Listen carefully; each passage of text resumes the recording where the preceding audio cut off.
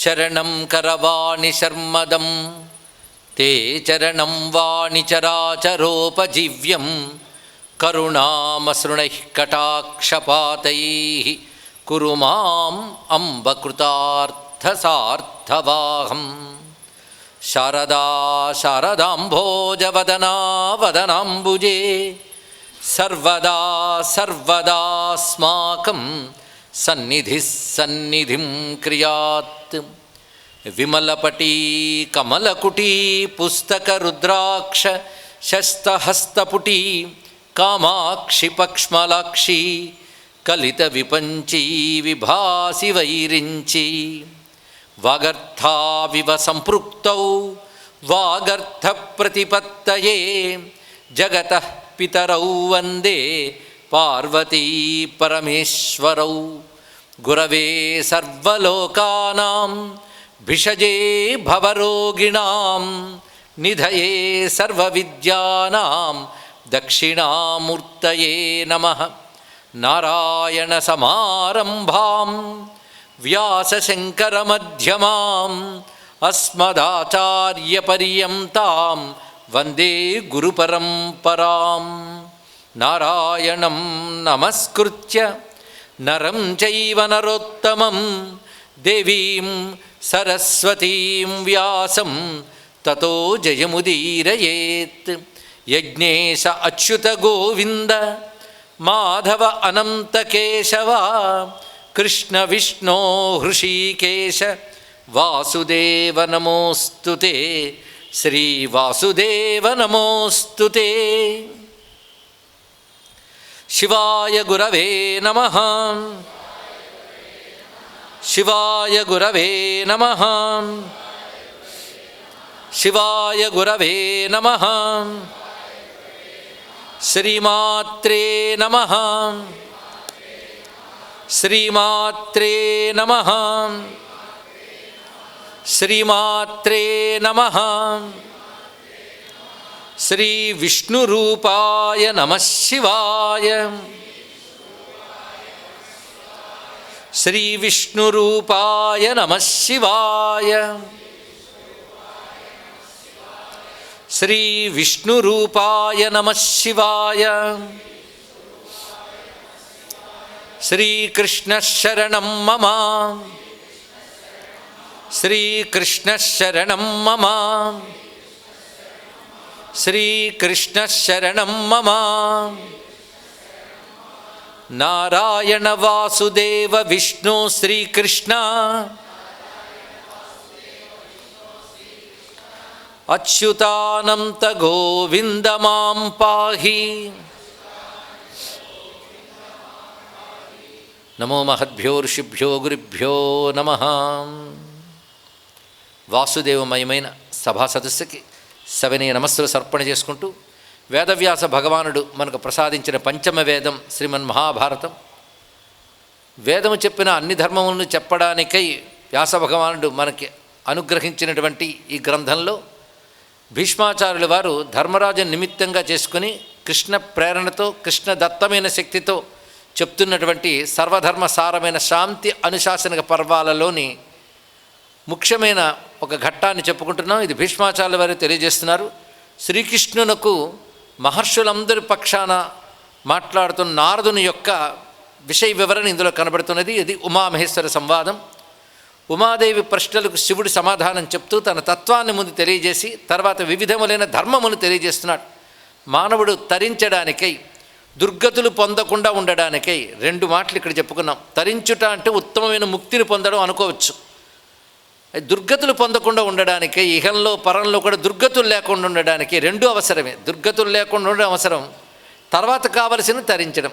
ఈ రెండిటికీ పనికొచ్చేటువంటి విషయములని అమ్మవారు ప్రశ్నించడం, అయ్యవారు చెప్పడం. ఇది ఉమామహేశ్వర సంవాదంలో నిన్నటి వరకు మనం చెప్పుకున్న వాటిలో ప్రధానంగా సర్వమానవులకి ముఖ్యమైన ధర్మములు తెలియజేసి తర్వాత వర్ణాశ్రమ ధర్మములు తెలియజేస్తూ అటుపై వారి ధర్మాన్ని వారు పాటిస్తున్నప్పుడు వారు పూజ్యులు అవుతారని చెప్పి ఋషి ధర్మములను కూడా తెలియజేశారు. ఋషి ధర్మములు అంటే తపోవృత్తిలో ఉన్నటువంటి ధర్మములు. ఆ ఋషి ముని ఈ రెండిటి పర్యాయ పదాలు. ఆ ముని ధర్మముల్లో అనేక రకాలైన తపో మార్గములు సూచన చేశారు. ఫేనపులు అని, అదేవిధంగా ఉంచవృత్తిలో ఉండేటువంటి వారు, ఇలా వివిధమైన నామాలతో వాలకిల్య మార్గంలో ఉన్నటువంటి వారు, వైఖానసులు ఇత్యాది అనేక పేర్లతో వివిధ తపో మార్గములు తెలియజేశారు. అటు తర్వాత వివరిస్తున్న వాటిలో కర్మ విపాకముల గురించి తెలియజేస్తున్నారు. సృష్టిలో ప్రతివారు కూడా వారు చేసిన శుభ అశుభ కర్మల్ని అనుభవిస్తూ ఉంటారు. ఇది ప్రధానమైన సూత్రం. అంటే వాళ్ళు చేసిన పుణ్య పాపకర్మల ఫలాలే తర్వాత జన్మల్లో అనుభవిస్తారు. అయితే పుణ్యపాపములు ఎలా ఉంటాయంటే వాటిని చేయడం వల్ల వాటి యొక్క తీవ్రస్థాయిని ఆయా లోకాల్లో అనుభవించి మరికొన్ని అనుభవించడానికి ఈ లోకానికి వస్తారు. ఈ లోకానికి వచ్చిన వాటిలో జంతువులు, క్రిములు, కీటకాలు ఆ జన్మలు కూడాను చేసుకున్న కర్మలు బట్టే లభించినప్పటికీ సవరించుకునే అవకాశం మాత్రం మానవ జన్మకి మాత్రమే ఉంది గనక మానవుడికి ఈ బోధ చేస్తున్నారు. కేవలం కర్మలను అనుభవించడానికి మాత్రమే ఈ జన్మ వచ్చింది అనుకోకూడదు. వాటిని ధర్మ మార్గం ద్వారాను, భక్తి మార్గం ద్వారా, జ్ఞాన మార్గం ద్వారా ఎలా సవరించుకుని తరించాలి అని చెప్పుకోవడం ఇక్కడ ప్రధానమైనది. కనుక చేసుకున్న కర్మ అనుభవిస్తాం, ఏం చేస్తాం అనుకోవడానికి అయితే ఈ గ్రంథములన్నీ ఎందుకు, ఈ బోధలన్నీ ఎందుకు? మనం తరించడం కోసం. ఇక్కడ ఏ ఏ కర్మలు చేస్తే ఎలాంటి జన్మలు వస్తాయో నేను కొన్ని చెప్పుకోవడం జరిగింది. అయితే ఇవి భయం కలిగిస్తాయా అంటే జాగ్రత్తను కలిగిస్తాయి, భయం కాదు. ఒక వైద్యశాస్త్రం ఫలానవి చేస్తే ఫలానా రోగాలు వస్తాయని చెప్పగానే రోగాల గురించి ఎవరు భయపడిపోతామా? అప్పుడు మనకున్న అలవాట్లు మార్చుకుంటాం ఆరోగ్యంగా ఉండడానికి. అలాగే ఋషులు చేస్తున్న బోధగా తెలుసుకోవాలి తప్ప భయపెట్టడానికి ఋషులు మనకి చెప్పరివి, భయం నుంచి బయటపెట్టడానికే చేస్తారు ఇక్కడ. అలా చెప్తున్న బోధల్లో క్రమంగా మానవుడి జీవనోపాయముల గురించి ప్రస్తావన చేస్తున్నారు. జీవనోపాయములు ఈ విషయమే నేను మనం చివరి చెప్పుకున్న విషయం. జీవనోపాయములు ప్రధానంగా 5 విధాలుగా ఉంటాయని విద్య, వార్త, సేవ, కారుత్వం, నాట్యత అని 5 విభాగాలు చెప్పారు ఇక్కడ. ముందు విద్యల్ని నేర్చుకోవడం అనేది అందరికీ అవసరమే. కానీ విద్యల్ని నేర్పడం అనేటువంటి వృత్తిని స్వీకరించడం, విద్య వల్ల జీవించడం, అప్పుడు విద్య జీవనోపాయం కూడా అయింది. విద్య జీవనోపాయం ఎందుకైందంటే మానవజాతంతటికి విద్య అవసరం కనుక ఆ విద్యని తాను అధ్యయనం చేసి ఇంకొకరు నేర్పడాన్నే తన జీవనోపాయంగా తీసుకున్న వాళ్ళు కొందరు ఉంటారు. వాళ్ళ పని విద్యను వ్యాప్తి చేయడం అనేటువంటిది. ఈ విద్యల్లో మళ్ళీ 2 రకాలు ఉంటాయి. జీవనోపాయానికి పనికొచ్చేటువంటి విద్యలు ఏమిటంటే రాజవిద్యలు, లోక విద్యలు. ఇవి జీవనోపాయానికి పనికొచ్చేటువంటివి. లోకంలో పనికొచ్చే విద్యలు అనగానే మనకి ఒక ఇంజనీరింగ్ కావచ్చు, వైద్యం కావచ్చు, ఏ శాస్త్రమైనా కావచ్చు, లోకరీతికి పనికొచ్చాయి. అలాగే రాజవిద్యలు అంటే అడ్మినిస్ట్రేషన్ మొదలైనవి నడపడానికి పనికొచ్చేటువంటివి రాజవిద్యలు. ఈ విద్యలు ఉపదేశిస్తూ వాటిని బోధిస్తూ కొంతమంది జీవనోపాయం తీసుకుంటారు. ఇక పరమార్థాన్ని ప్రబోధించే విద్యలు కొన్ని ఉన్నాయి. అంటే పరమాత్మ గురించి తెలియజేసే విద్యలు. అది జీవనోపాయ విద్యలు అని భావించరాదు. దాన్ని బోధించే వారు కూడా జీవనోపాయం కోసం చెప్తున్నాను కాదు. అది బోధిస్తూ ఉన్నవారికి జీవికి ఇబ్బంది కలగకుండా అది నేర్చుకున్న వాళ్ళు చూసుకుంటారంతే. కానీ అది బోధించే వాళ్ళ లక్ష్యం మాత్రం జీవనోపాయం కాదు. వాళ్ళకి లక్ష్యం ఏమిటి అంటే పరమార్థ తత్వాన్ని తాము పొందుతూ అవతల వారికి ఆ తత్వాన్ని అందించడం వారి లక్ష్యం. అందుకే దాని గురించి ప్రత్యేకంగా చెప్తూ ఏమన్నారంటే ఎవరైతే పరమాత్మ చింతన చేస్తారో వారు సత్పురుషులకు కూడా పూజ్యులవుతారు. అన్నిటికంటే గొప్ప విద్య అది. అందుకే అధ్యాత్మ విద్యానాం అని భగవద్గీతలో భగవానుడు విభూతి యోగంలో విద్యలలో అధ్యాత్మ విద్య నా స్వరూపం అని చెప్పాడు. అందుకే అది చెప్పేటటువంటి వారి విషయానికి వచ్చేటప్పుడు భావయిత్వా తదాత్మానం పూజనీయ శతామపి అది ఆ విధంగా తెలియజేసి తర్వాత ఎవరైనా సరే ఈ జీవికల్లో జీవించేటప్పుడు కూడా శుభాచారములు విడిచిపెట్టరాదు అన్నాడు. అంటే జీవనోపాయం ఏది తీసుకున్నా మునుపు మనం చెప్పుకున్న ధార్మికమైన శుభాచారములు మాత్రం విడిచిపెట్టకుండా వాటిని తీసుకోవాలి. ఇలాగ వృత్తుల వల్ల జీవించే వాళ్ళల్లో విద్య వల్ల జీవించే వాళ్ళు కొందరు, వ్యవసాయం వల్ల కొందరు, వాణిజ్యం వల్ల కొందరు. వ్యవసాయము వాణిజ్యము కూడా వార్త అనే విభాగంలోకి వస్తుంది ఇక్కడ. అటు తర్వాత చెప్తున్నది కారుత్వం అంటే నిర్మాణము, శిల్పము, చెక్కుట ఇత్యాదులని కారుత్వం అని చెప్పడతాయి. ఇక నాట్యత అంటే నాట్యము, సంగీతం మొదలైన కళలు. ఇవన్నీ కూడాను జీవికకు ఉపాయాలు అవుతాయి. ఎవరు ఏ వృత్తిని ఎంచుకుంటారు వీటితో పాటు సేవ అని మరొకటి చెప్పారు. సేవ అంటే సర్వీస్. అది ప్రభుత్వ పరంగా కావచ్చు, ఇంకో పరంగా కావచ్చు, కానీ ఒకరి క్రింద పనిచేయడం సర్వీస్ ఇది అవసరమే.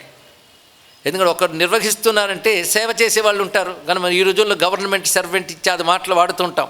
ఆ సర్వీస్నే వార్త మన సేవ అనే భావనలో చెప్పారు. 6 రకాల జీవనోపాయాలు. ఏ వృత్తి తీసుకున్నా ఆ వృత్తికి న్యాయం చేయాలి. అయితే వృత్తి మాత్రమే స్వధర్మం కాదు. ఇది తెలియక చాలామంది నా డ్యూటీ నేను చేస్తున్నానండి, రోజు ఆఫీస్కి వెళ్తున్నాను అంటాడు. అంటే అతడు ఇతరమైన దేవకార్యాలు పితృకార్యాలు చేయట్లేదు. దాన్ని సమర్థించుకోవడానికి ఏమంటాడంటే నా డ్యూటీ నేను చేస్తున్నాను. వృత్తి చేయడం అనేది స్వధర్మం కాదు, స్వధర్మంలో ఒక భాగం మాత్రమే. స్వధర్మం కాదంటే టోటల్గా కాదన్న మళ్ళీ తప్పే, అది స్వధర్మంలో ఒక భాగం మాత్రమే. దేవపితృకార్యాభ్యాం న ప్రమదితవ్యం, ఇది చాలా అవసరం. ఎందుకంటే ఈ ప్రపంచం మనకి కానీ మనం ప్రపంచానికి కానీ శాశ్వతం కాము, ఎప్పటికప్పుడు వదిలి వెళ్ళిపోవలసినదే.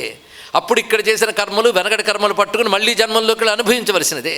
అందుకే ఎప్పుడు ప్రపంచమే సత్యం అనుకుని దీనికోసమే పొద్దుట్లు లేచిన దగ్గర నుంచి ఆలోచిస్తున్నటువంటి వాళ్ళు తరించడానికి మార్గం ఉండదు.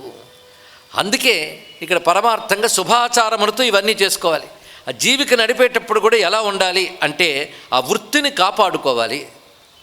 దానికి తగ్గ ఉపాయాలు, దేశకాలాలు, సాధనాలు పరిశీలించాలి. ఈ మాట చెప్పేటప్పుడు ఒక బ్రాడ్ వ్యూ, ఒక విశాలమైన దృష్టిని అందిస్తున్నది మహాభారతం.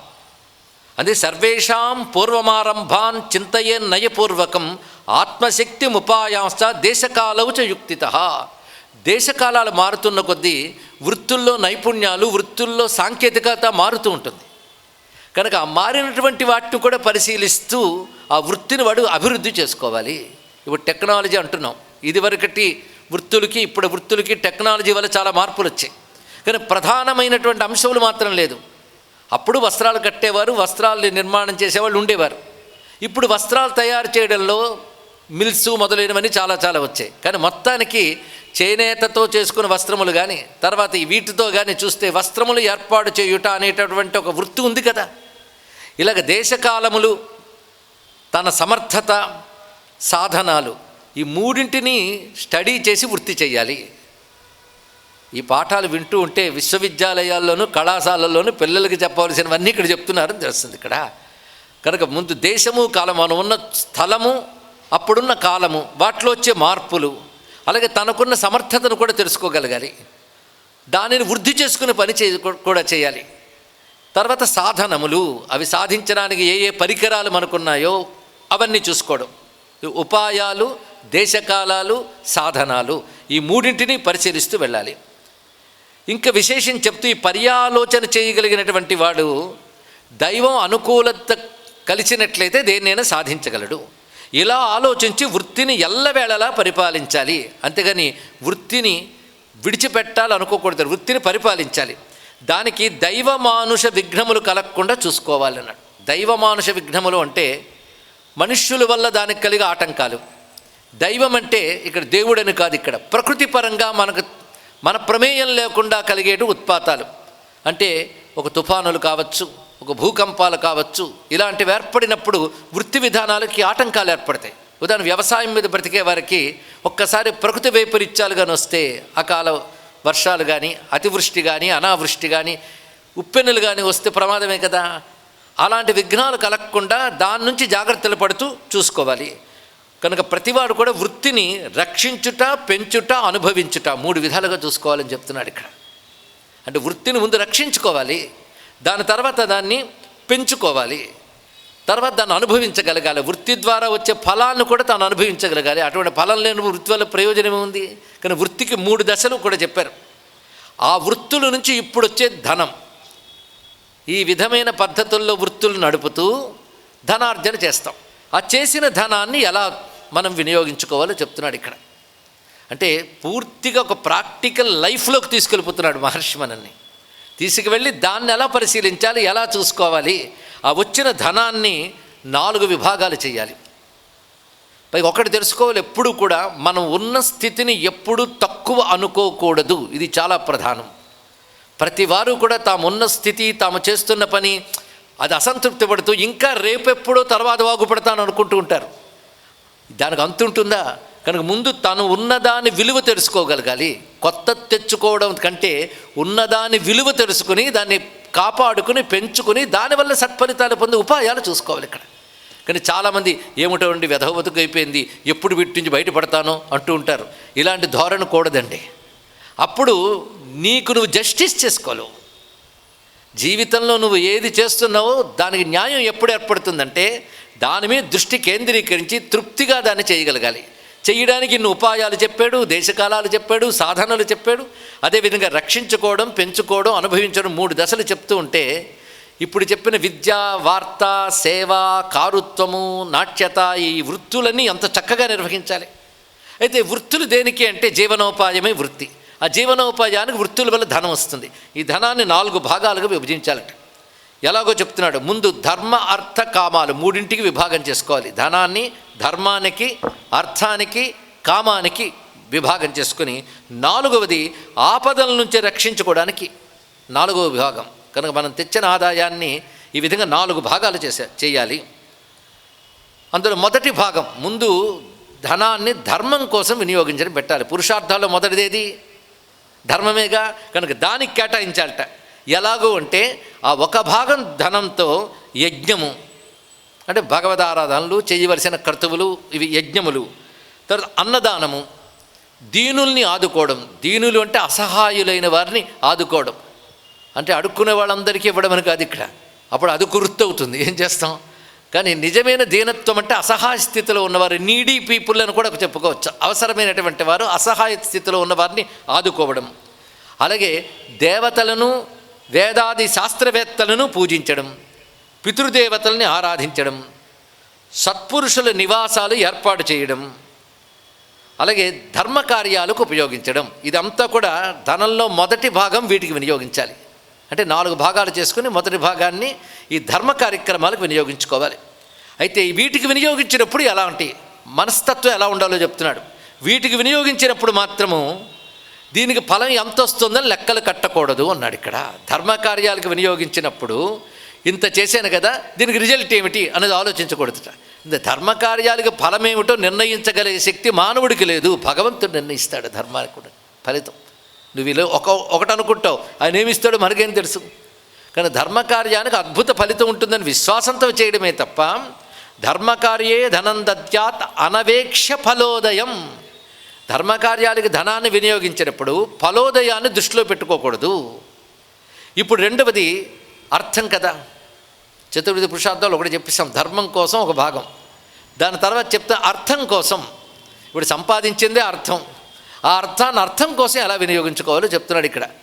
అంటే ధనాన్ని అర్థం కోసం, ప్రయోజనం కోసం ఎలా వినియోగించుకోవాలి అంటే కొంత ధనాన్ని మనం ఉన్న స్థితిలోనే మరింత ఉన్నత స్థితికి వెళ్ళడానికి వినియోగించుకోవాలట. అంటే ఒక అధికార స్థానాన్ని పొందడం కోసం అధికారం అంటే ఒక పట్టు, మనం ఉన్నదానికంటే మరొక ఒక అధికార స్థానం కోసం వినియోగించుకోవచ్చు. అలాగే ఎవరి దగ్గర పనిచేస్తున్నామో వారికి ఇష్టలవ్వడానికి కొంత ధనం వినియోగించుకోవచ్చు. ప్రధానంగా రాజు మనపై ప్రీతి కలిగేలా వినియోగించుకోవచ్చు. ఇది ఎలాంటిది అంటే ప్రభుత్వానికి సహాయపడ్డ, అప్పుడు రాజు అన్న శబ్దంలో ఇప్పుడు ప్రభుత్వం పెట్టుకోవాలి. ఇక్కడ ఆ ప్రభుత్వానికి చెల్లించవలసిన ట్యాక్స్ మొదలైనటువంటి వాటిని ఈ అర్ధభాగంలో చెల్లించాలి.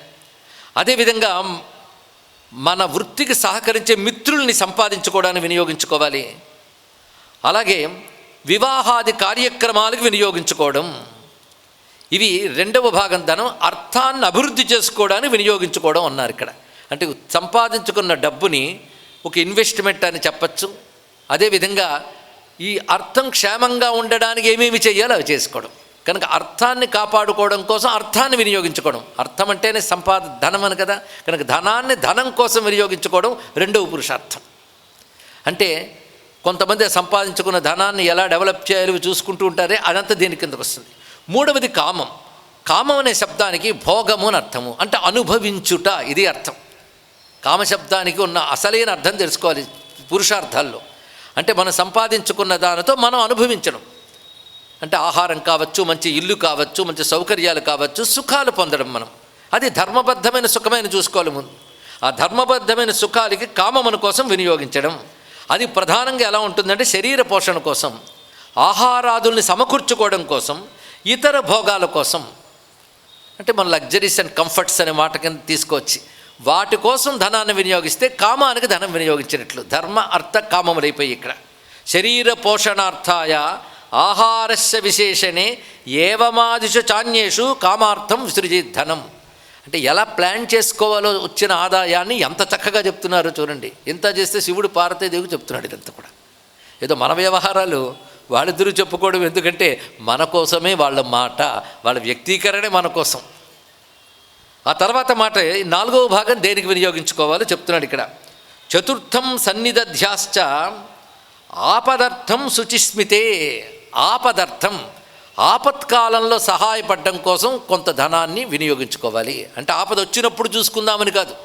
ఒక ఉద్యోగం చేస్తున్నాం, ప్రస్తుతం అంతా బాగుంటుంది, ఎప్పుడో హఠాత్తుగా పోతుంది, అప్పుడేం చేస్తారు?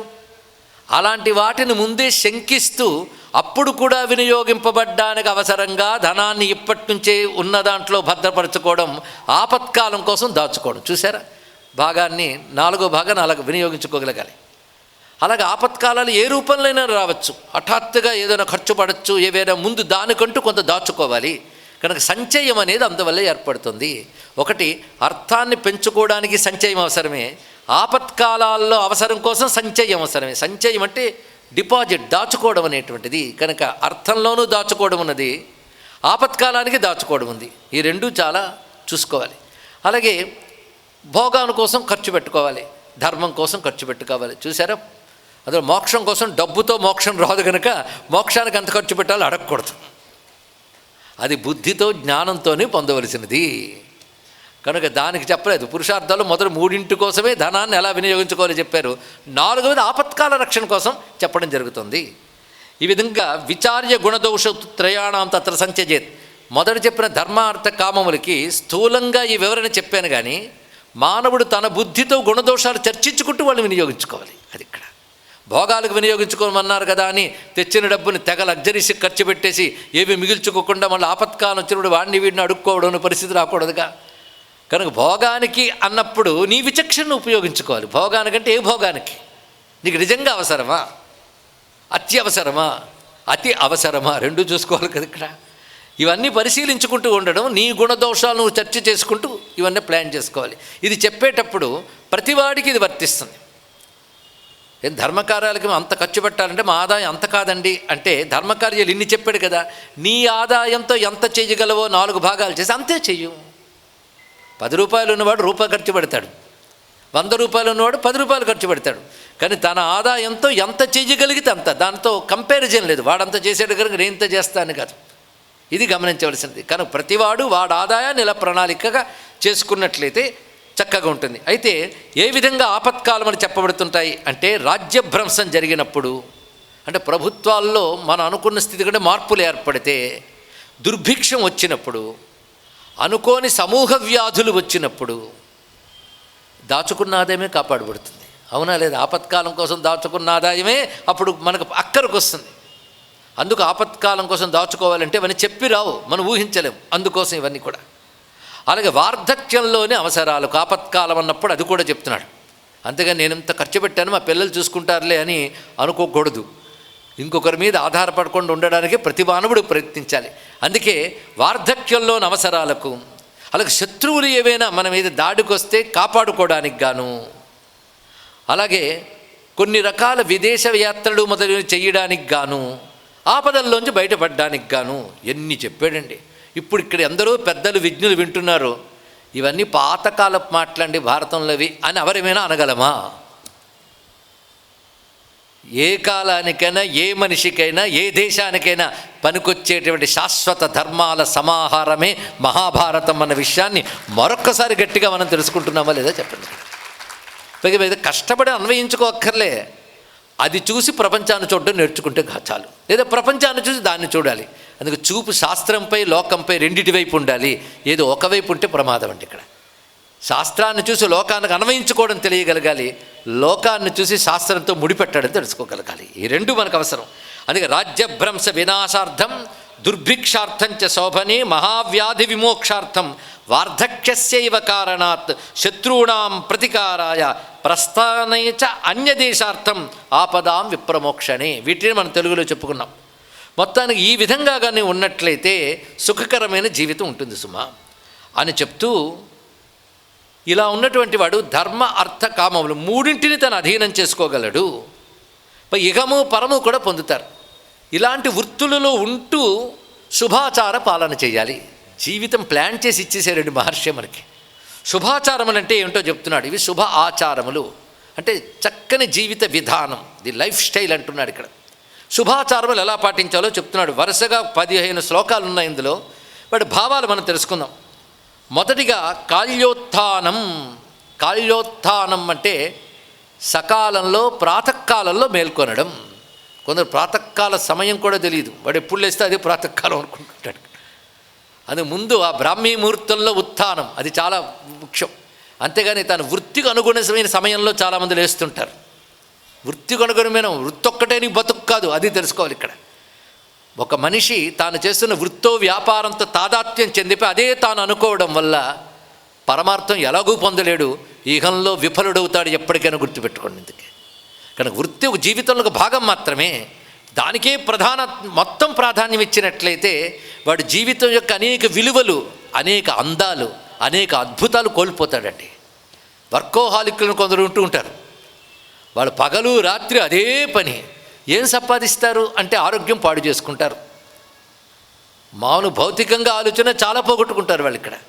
కనుకనే శుభాచారములతో కూడిన వృత్తిని చేసుకునే ప్రయత్నం చేయం. అందులో సకాలంలో మేల్కొనడం ఒకటి. శౌచము, ఇది చాలా ముఖ్యంగా చెప్తున్నాడు. శౌచము అంటే శుభ్రంగా స్నానాలు చేయడం, వస్త్రాలు మార్చడం మాత్రమే కాదు, అది బాహ్య శౌచం. సూక్ష్మ శరీరానికి కూడా శౌచం వర్తిస్తుంది. సూక్ష్మ శరీర శౌచం సదాచారం వల్ల వస్తుంది. మనకు పూర్వకాలంలో పెద్దలు ఏర్పరిచిన పద్ధతి, ఇప్పటి వాళ్ళు వదిలేసిన పద్ధతిని శౌచం అంటారు ఇక్కడ. అది అంటూ, ఎంగిలి, ముట్టు, మైల, వీటిలో చాలా సూక్ష్మ రహస్యాలు ఉంటాయి. ఇవి చెప్తూ ఉంటే మనం చాదస్తా ఉంటాం. కానీ ఇటీవల ఏమిటో కానీ ఒక మంచి కాలం వస్తుంటుంది. కొందరు మాత్రం పరిశీలించి వాటిపై అద్భుతమైన విషయాలు బయటకు తీసుకొస్తున్నారండి. పాశ్చాత్య దేశంలో నేను ఒక ప్రాంతంలో ఒక విదేశీ యోగిని చూశాను. ఆయన ఈ అంటుముట్టు మైలల్లో ప్రధానంగా నెలసరి వచ్చినప్పుడు దూరంగా ఉండడం ఎంత అవసరమో సైంటిఫిక్గా పుస్తకం రాశాడు. ఇది ఆశ్చర్యం కలిగింది. అలాగే తమ తల్లిదండ్రుల కారణంగా అన్యమతంలో ఉన్నటువంటి ఒక ఆమె తమ అసలు మూలం మాత్రం హిందూ ధర్మమేని తెలుసుకుని ప్రప్రథమంగా కాంచీ యతీంద్రులు చంద్రశేఖరేంద్ర సరస్వతి స్వామి వారి గ్రంథములు అధ్యయనం చేసి ఆ తర్వాత విజ్ఞాన శాస్త్రాన్ని బాగా పరిశీలించి ఇప్పుడు చెప్పిన వర్ణ వ్యవస్థ కానీ, ఇదే విధంగా ఇక్కడ చెప్పిన శౌచంలో చెప్పిన అంటూ ముట్టి ఇత్యాదులు కానీ ఇవి సోషల్ ఫ్యాక్టర్స్ అనుకుని చాలామంది వీటి గురించి ఎక్కువ తక్కువలు మాట్లాడుతున్నారు. ఇవి సోషల్ ఫ్యాక్టర్స్ మాత్రమే కాదు, ఇవి బయోలాజికల్ ఫ్యాక్టర్స్ అని కూడా అద్భుతమైన విషయాన్ని వాడు బయటకు తీసుకొచ్చి విజ్ఞాన శాస్త్రపరంగా అన్వయించడమే కాకుండా జ్యోతిష్ శాస్త్రంతోనూ యోగ శాస్త్రంతో కూడా అన్వయించి యోగపరంగా మనలో ఉన్న చక్రములు ఇవి పాటించకపోవడం వల్ల ఎలా డిస్టర్బ్ అవుతాయో ఆవిడ సహేతుకంగా ఇంగ్లీష్లో పుస్తకం రాశారండి. ఆవిడ పేరు సీను జోసెఫ్. మీరు వెతికి పరిశీలించవచ్చు. ఎలాంటి రీసెర్చ్ చేసి పుస్తకాలు ఇచ్చారంటే వర్ణ వ్యవస్థ మీద ఒక పుస్తకం తీసుకొచ్చారు ఇంగ్లీష్లో. ఇవన్నీ ఇంగ్లీష్లో ఉన్న పుస్తకాలే. ఇంకొకటి స్త్రీ ధర్మ పద్ధతి అని ఒక సంస్కృత గ్రంథాన్ని తీసుకొని ప్రతి సూత్రాన్ని ఇంగ్లీష్లో ఎనలైజ్ చేస్తూ ఇందాక చెప్పిన సైంటిఫిక్ ఫ్యాక్టర్స్ కూడా కలుపుతూ, ఎందుకంటే సైంటిఫిక్ వేరు, సోషల్ అవుట్లుక్ వేరు. సైన్స్ అన్నప్పుడు మళ్ళీ ఫిజిక్స్ మాత్రమైన సైన్సు, ఇంకా చాలా చాలా ఉంటాయి. ఆ సైన్స్ అన్నప్పుడు సూపర్ సైన్స్ అయినటువంటి యోగ శాస్త్రం ఇవి కూడా తీసుకోవాలి మనం. జ్యోతిష్ శాస్త్రం, ఇన్నిటిని మేళవించి ఒక సత్యాన్ని దర్శించాలి. ఏదో ఇవాళ మనకు కనబడుతున్న దాన్ని బట్టి మాట్లాడడం కాదు, అదేదో పెద్ద తెలివితేటలు అనుకుంటాం. ఒక ఆవిడ గంగాజలం పవిత్రమైందని చెప్పగానే వాళ్ళ కుమార్తె ఏం పవిత్రం నా చేతిలో పోసి చూపించు అన్నది. చూపిస్తే తాగి అన్ని నీళ్ళలాగే ఉంది కదా అన్నది. దాన్ని ఏమంటారండి మీరు? ఇప్పుడు ఆవిడ సైంటిస్ట్ అంటారు మీరు? కాదు, అజ్ఞాని అంటారు, అవివేక్ అంటారు, అహంకారి అంటారు, అంతే కదా. గంగాజలం పవిత్రత తెలియాలి అంటే అర్థం ప్రతిసారి తీసుకుని టెస్ట్ ట్యూబుల్లోనూ మైక్రోస్కోపులతోనూ పరీక్షలు చేస్తారా? ఆ పవిత్రత అనేటువంటిది విజ్ఞాన శాస్త్రంతో పరిశీలిస్తే గంగ లాంటి జలం మరొకటి లేదని ప్రపంచంలో రుజువు అయిపోయింది. ఇది ఒక లెవెల్. ఇంకా లెవెల్స్కి వెళితే దానిలో ఉన్నటువంటి స్పిరిచువల్ క్వాలిటీస్, ఎనర్జీ లెవెల్స్, వీటిని ఇప్పుడిప్పుడు ఈ మాటలు బయటకు వస్తున్నాయి. కాన్షియస్నెస్, ఎనర్జీ, ఈ శబ్దములు మన సంస్కృతిలోంచి తీసుకుని వాళ్ళు టెర్మినాలజీలాగా మార్చుకుని వాళ్ళవేవో అన్నట్టుగా మాట్లాడుతున్నారు. ఇవి పరిశీలించవలసింది. కనుక వీటివన్నిటినీ శుభాచారములు వెనకాల ఉన్నటువంటి వైజ్ఞానిక కారణాలు మనం అనుకునేటువంటి ఫిజిక్స్ ప్రకారం నిర్వహించడం కాదు. వీటి బట్టి సైంటిఫిక్ కాజెస్ చెప్తా అంటాడు. అబ్బాయి ఈ సైన్స్ ఇవాళ ఉండడం రేపు ఉండదు, మొన్న ఉన్నట్టు ఇవాళ లేదు. మీకే తెలుసు, న్యూటన్ ఆవిష్కరించినప్పుడు సైన్స్ తర్వాత వచ్చినటువంటి సైంటిస్టులు అదే చెప్పారా? అప్పుడు ఎన్ని మార్పులు జరిగింది? ఫిజిక్స్ క్వాంటమ్ ఫిజిక్స్గా ఎదగడానికి ఎంతకాలం పట్టింది? ఇవి ఆలోచించవలసినది. కనుక సైంటిఫిక్ అవుట్లుక్ అనేది కూడా ఒకానొక మూఢనమ్మకమే, తెలుసుకోండి ఇక్కడ. ఎందుకంటే ఆ సైన్స్ అనే దాని ముందు డెఫినేషన్ ఉండాలి కదా, అప్పుడు సైంటిఫిక్ అవుట్లుక్ అనేది మాట్లాడకు. ఇలా పరిశీలిస్తూ ఋతు విద్య అని ఒక అద్భుతమైన పుస్తకం రాసినదండి ఆ తల్లి. ప్రతి స్త్రీ చదవవలసినదే. ఎందుకంటే ఆఖరికి ఇప్పుడు ఎలాంటి రోజులు వచ్చాయంటే, గుడికి ఆ 4 రోజులు వెళ్ళకూడదు అంటే, ఎందుకు వెళ్ళకూడదు? దేవుడికి ఏమీ అంటవు కదా అని. దేవుడికి అంటావు, నీకు అంటుతున్నాయి, తెలుసుకో. దేవుడికి ఏమీ అంటావు, అగ్నిలో చెయ్యి పెట్టావు, అగ్నికి ఏమీ కాదు, తమరి చేతికి అవుతుంది, తెలుసుకోండి ఇక్కడ. కానీ అతి తెలివి మాట్లాడొద్దు ఇక్కడ. కనుకనే వీటి వెనకాల మీరు లాజిక్ మాట్లాడితే లాజిక్ ఉంది, ఆర్గ్యుమెంట్ అంటే ఆర్గ్యుమెంట్ ఉంది. ఒక్కటి, మహర్షుల దర్శన శక్తి మనకు అర్థం కాదు, అర్థం లేదు కాదు, ఇది తెలుసుకోవాల్సింది. మనకు అర్థం కాదు, అర్థం చేసుకుని ప్రయత్నం చేయాలి. కనుక ప్రతి వాటి వెనకాల ఉన్నటువంటి ఆంతర్యాలను గమనించాలి. తీసిపారేయడానికి అజ్ఞానం చాలు, గ్రహించడానికే జ్ఞానం కావాలి, వివేకం కావాలి, ఓపిక ఉండాలి, ఇది తెలుసుకోవాలి. అలాంటి వాటితో ప్రశ్నిస్తే సమాధానాలు ఇప్పుడు చెప్పే తరం ఒకటి వస్తుంది. వారి సంఖ్య పెరగాలి, వారి మనం గ్రహించాలి. వీటితో వాటిని అన్వయించి తెలుసుకోవచ్చు. మొత్తానికి శౌచం అనే మాటని ఇక్కడ చెప్తున్నాడు. అది మొదటిది కాల్య ఉత్థానం, సకాలంలో మేల్కొనుట. 2 శౌచం పాటించుట. దాని తర్వాత దేవతల యందు శాస్త్రవేత్తల యందు భక్తి కలిగి ఉండుట. ఇక్కడ చెప్పేటప్పుడు ఆ ధర్మశాస్త్రములు జ్ఞానశాస్త్రములు ఏం చెప్పాయో వాటిని అధ్యయనం చేస్తూ వాటి ప్రకారంగా జీవిస్తూ మనకు బోధిస్తున్న వారిని పూజించాలి. అంతే, కనుక జాతిని పూజించాలని కాదు ఇక్కడ. అందుకే దేవ బ్రాహ్మణ భక్తి. ఇక్కడ బ్రాహ్మణ భక్తి అంటే ఒక జాతిని పూజించమని ఆ జాతి వాళ్ళు టామ్ కొట్టుకుంటున్నారని మళ్ళీ అపప్రచారం చేయడానికి వీలుంటుంది, అది కాదు ఇక్కడ. ఆ శబ్దానికి అర్థమే ధర్మము, తపస్సు, వేదము, జ్ఞానము, వీటికి బ్రహ్మ అంటారు. వాటితో జీవించేవాళ్ళు, వాటిని ప్రపంచానికి బోధించేవారు, వాటి శక్తిని తమ తపస్సుతో ప్రపంచానికి ధారపోసేవారు ఎవరు, వారు, వారిని పూజించాలి, వారిపై భక్తిగా ఉండాలి. దాని తర్వాత గురువుల్ని గౌరవించడం. గురువుల గురించి ఒక అధ్యాయం అంతా ఉందండి. గురువులు అంటే అప్పుడు చెప్తాడు. ఆ గురువుల్ని గౌరవించడం ఒకటి. దేవస్థాన ప్రణామనం, దేవాలయాలకు వెళ్ళి సేవించడం ఒకటి. అక్కడున్న శక్తి చాలా విశేషం. ఇందులో చెప్పిన ఒక్కొక్క దానికి మళ్ళీ ఒక్కొక్క ప్రవచనం చేయవచ్చు, అంత ఉంది. కానీ తెలుసుకుంటే చాలు. శుభాచారములు అంటే ఏమిటో వరుసగా చెప్తున్నాడు కదా. దేవస్థాన ప్రణామనం, అదేవిధంగా ఆభిముఖ్యం పురస్కృత్య అతిథీనాంచ పూజనం. అతిథి వచ్చేటప్పుడు తాను ఎదురు వెళ్ళి ఆనందంతో హాయిగా పిలిచి వాడిని ఆదరించారట, అది ఆభిముఖ్యం. అందుకని వచ్చాడుగా, వస్తే ఆయన లోపలికి వస్తాడు అని తప్పదు మనకి వాళ్ళు పెట్టక అని కాకుండా, వాళ్ళు వచ్చినందుకు ఆనందాన్ని ప్రకటిస్తూ వాళ్ళని ఆదరించి ఆతిథ్యం ఇవ్వడం, ఇది కూడా శుభాచారములో చెప్తున్నాడు. వృద్ధోపదేశకరణం, వృద్ధులు ఉపదేశించిన దాన్ని చేయాలి. వృద్ధులు అంటే కేవలం వయోవృద్ధత్వం మాత్రమే కాకుండా వయోవృద్ధం కూడా గౌరవమే, ఎందుకంటే వాళ్ళ అనుభవం మనకు లేదు కదా, అందుకు వయోవృద్ధం అనేది తీసుకోవాలి. రెండవది జ్ఞానవృద్ధ. ఈ రెండింటి ప్రకారంగా కూడా వృద్ధోపదేశకరణం. శ్రవణం హితపథ్యయోహో, అలాంటి పెద్దల ద్వారా ఏది హితమో ఏది పథ్యమో తెలుసుకోగలగాలి. హితము అంటే మనకి ఏది మంచిదో, పథ్యం అంటే ఇంచుమించు హితానికి దగ్గర, కానీ ఏది చెయ్యకపోతే మంచిదో ఏది చేస్తే మంచిదో రెండూ తెలుసుకుంటూ నడవవలసిన పద్ధతి పథ్యము, పథము పథ్యము తెలుసుకోవాలి. పథ్యం అంటే నడవలసిన పద్ధతి, అది తెలుసుకోవాలి పెద్దవాడి దగ్గర. అలాగే పోషణం భృత్యవర్గస్య, ఇది చాలా ప్రధానం. ఒకడు బ్రతుకుతున్నాడంటే వాడికి సహాయపడేవాళ్ళు, వాడు చెప్పించేసేవాళ్ళు కొంతమంది ఉంటారు. వాళ్ళకి ఏ లోటు లేకుండా చూడడం శుభాచారాల్లో ఒకటి. తర్వాత సాంత్వదాన పరిగ్రహై, దాని తర్వాత చెప్తున్నటువంటిది అనునయ వాక్యాలతో ఇతరులతో మాట్లాడడం. అనునయంగా మాట్లాడాలి, వాళ్ళ మనసు నొచ్చుకునేటట్టు కాకుండా అనునయంగా మాట్లాడడం, దానం చేయడం, పోషణ చేయడం, ఇది చాలా ముఖ్యం. అంటే భృత్యులను కూడా అనునయ వాక్యాలతో, తన కింద పనిచేస్తున్నా అని కర్కశంగా మాట్లాడకుండా అనునయ వాక్యములు, దానము, పోషణ, ఈ మూడింటితో భృత్యవర్గాన్ని పోషించాలి. ఇవన్నీ చూస్తూ మేనేజ్మెంట్ క్లాస్ వింటున్నట్టున్నదే. ఇలా కానీ చేస్తే వాడు లైఫ్ మేనేజ్మెంట్లో విజయం సాధిస్తాడండి.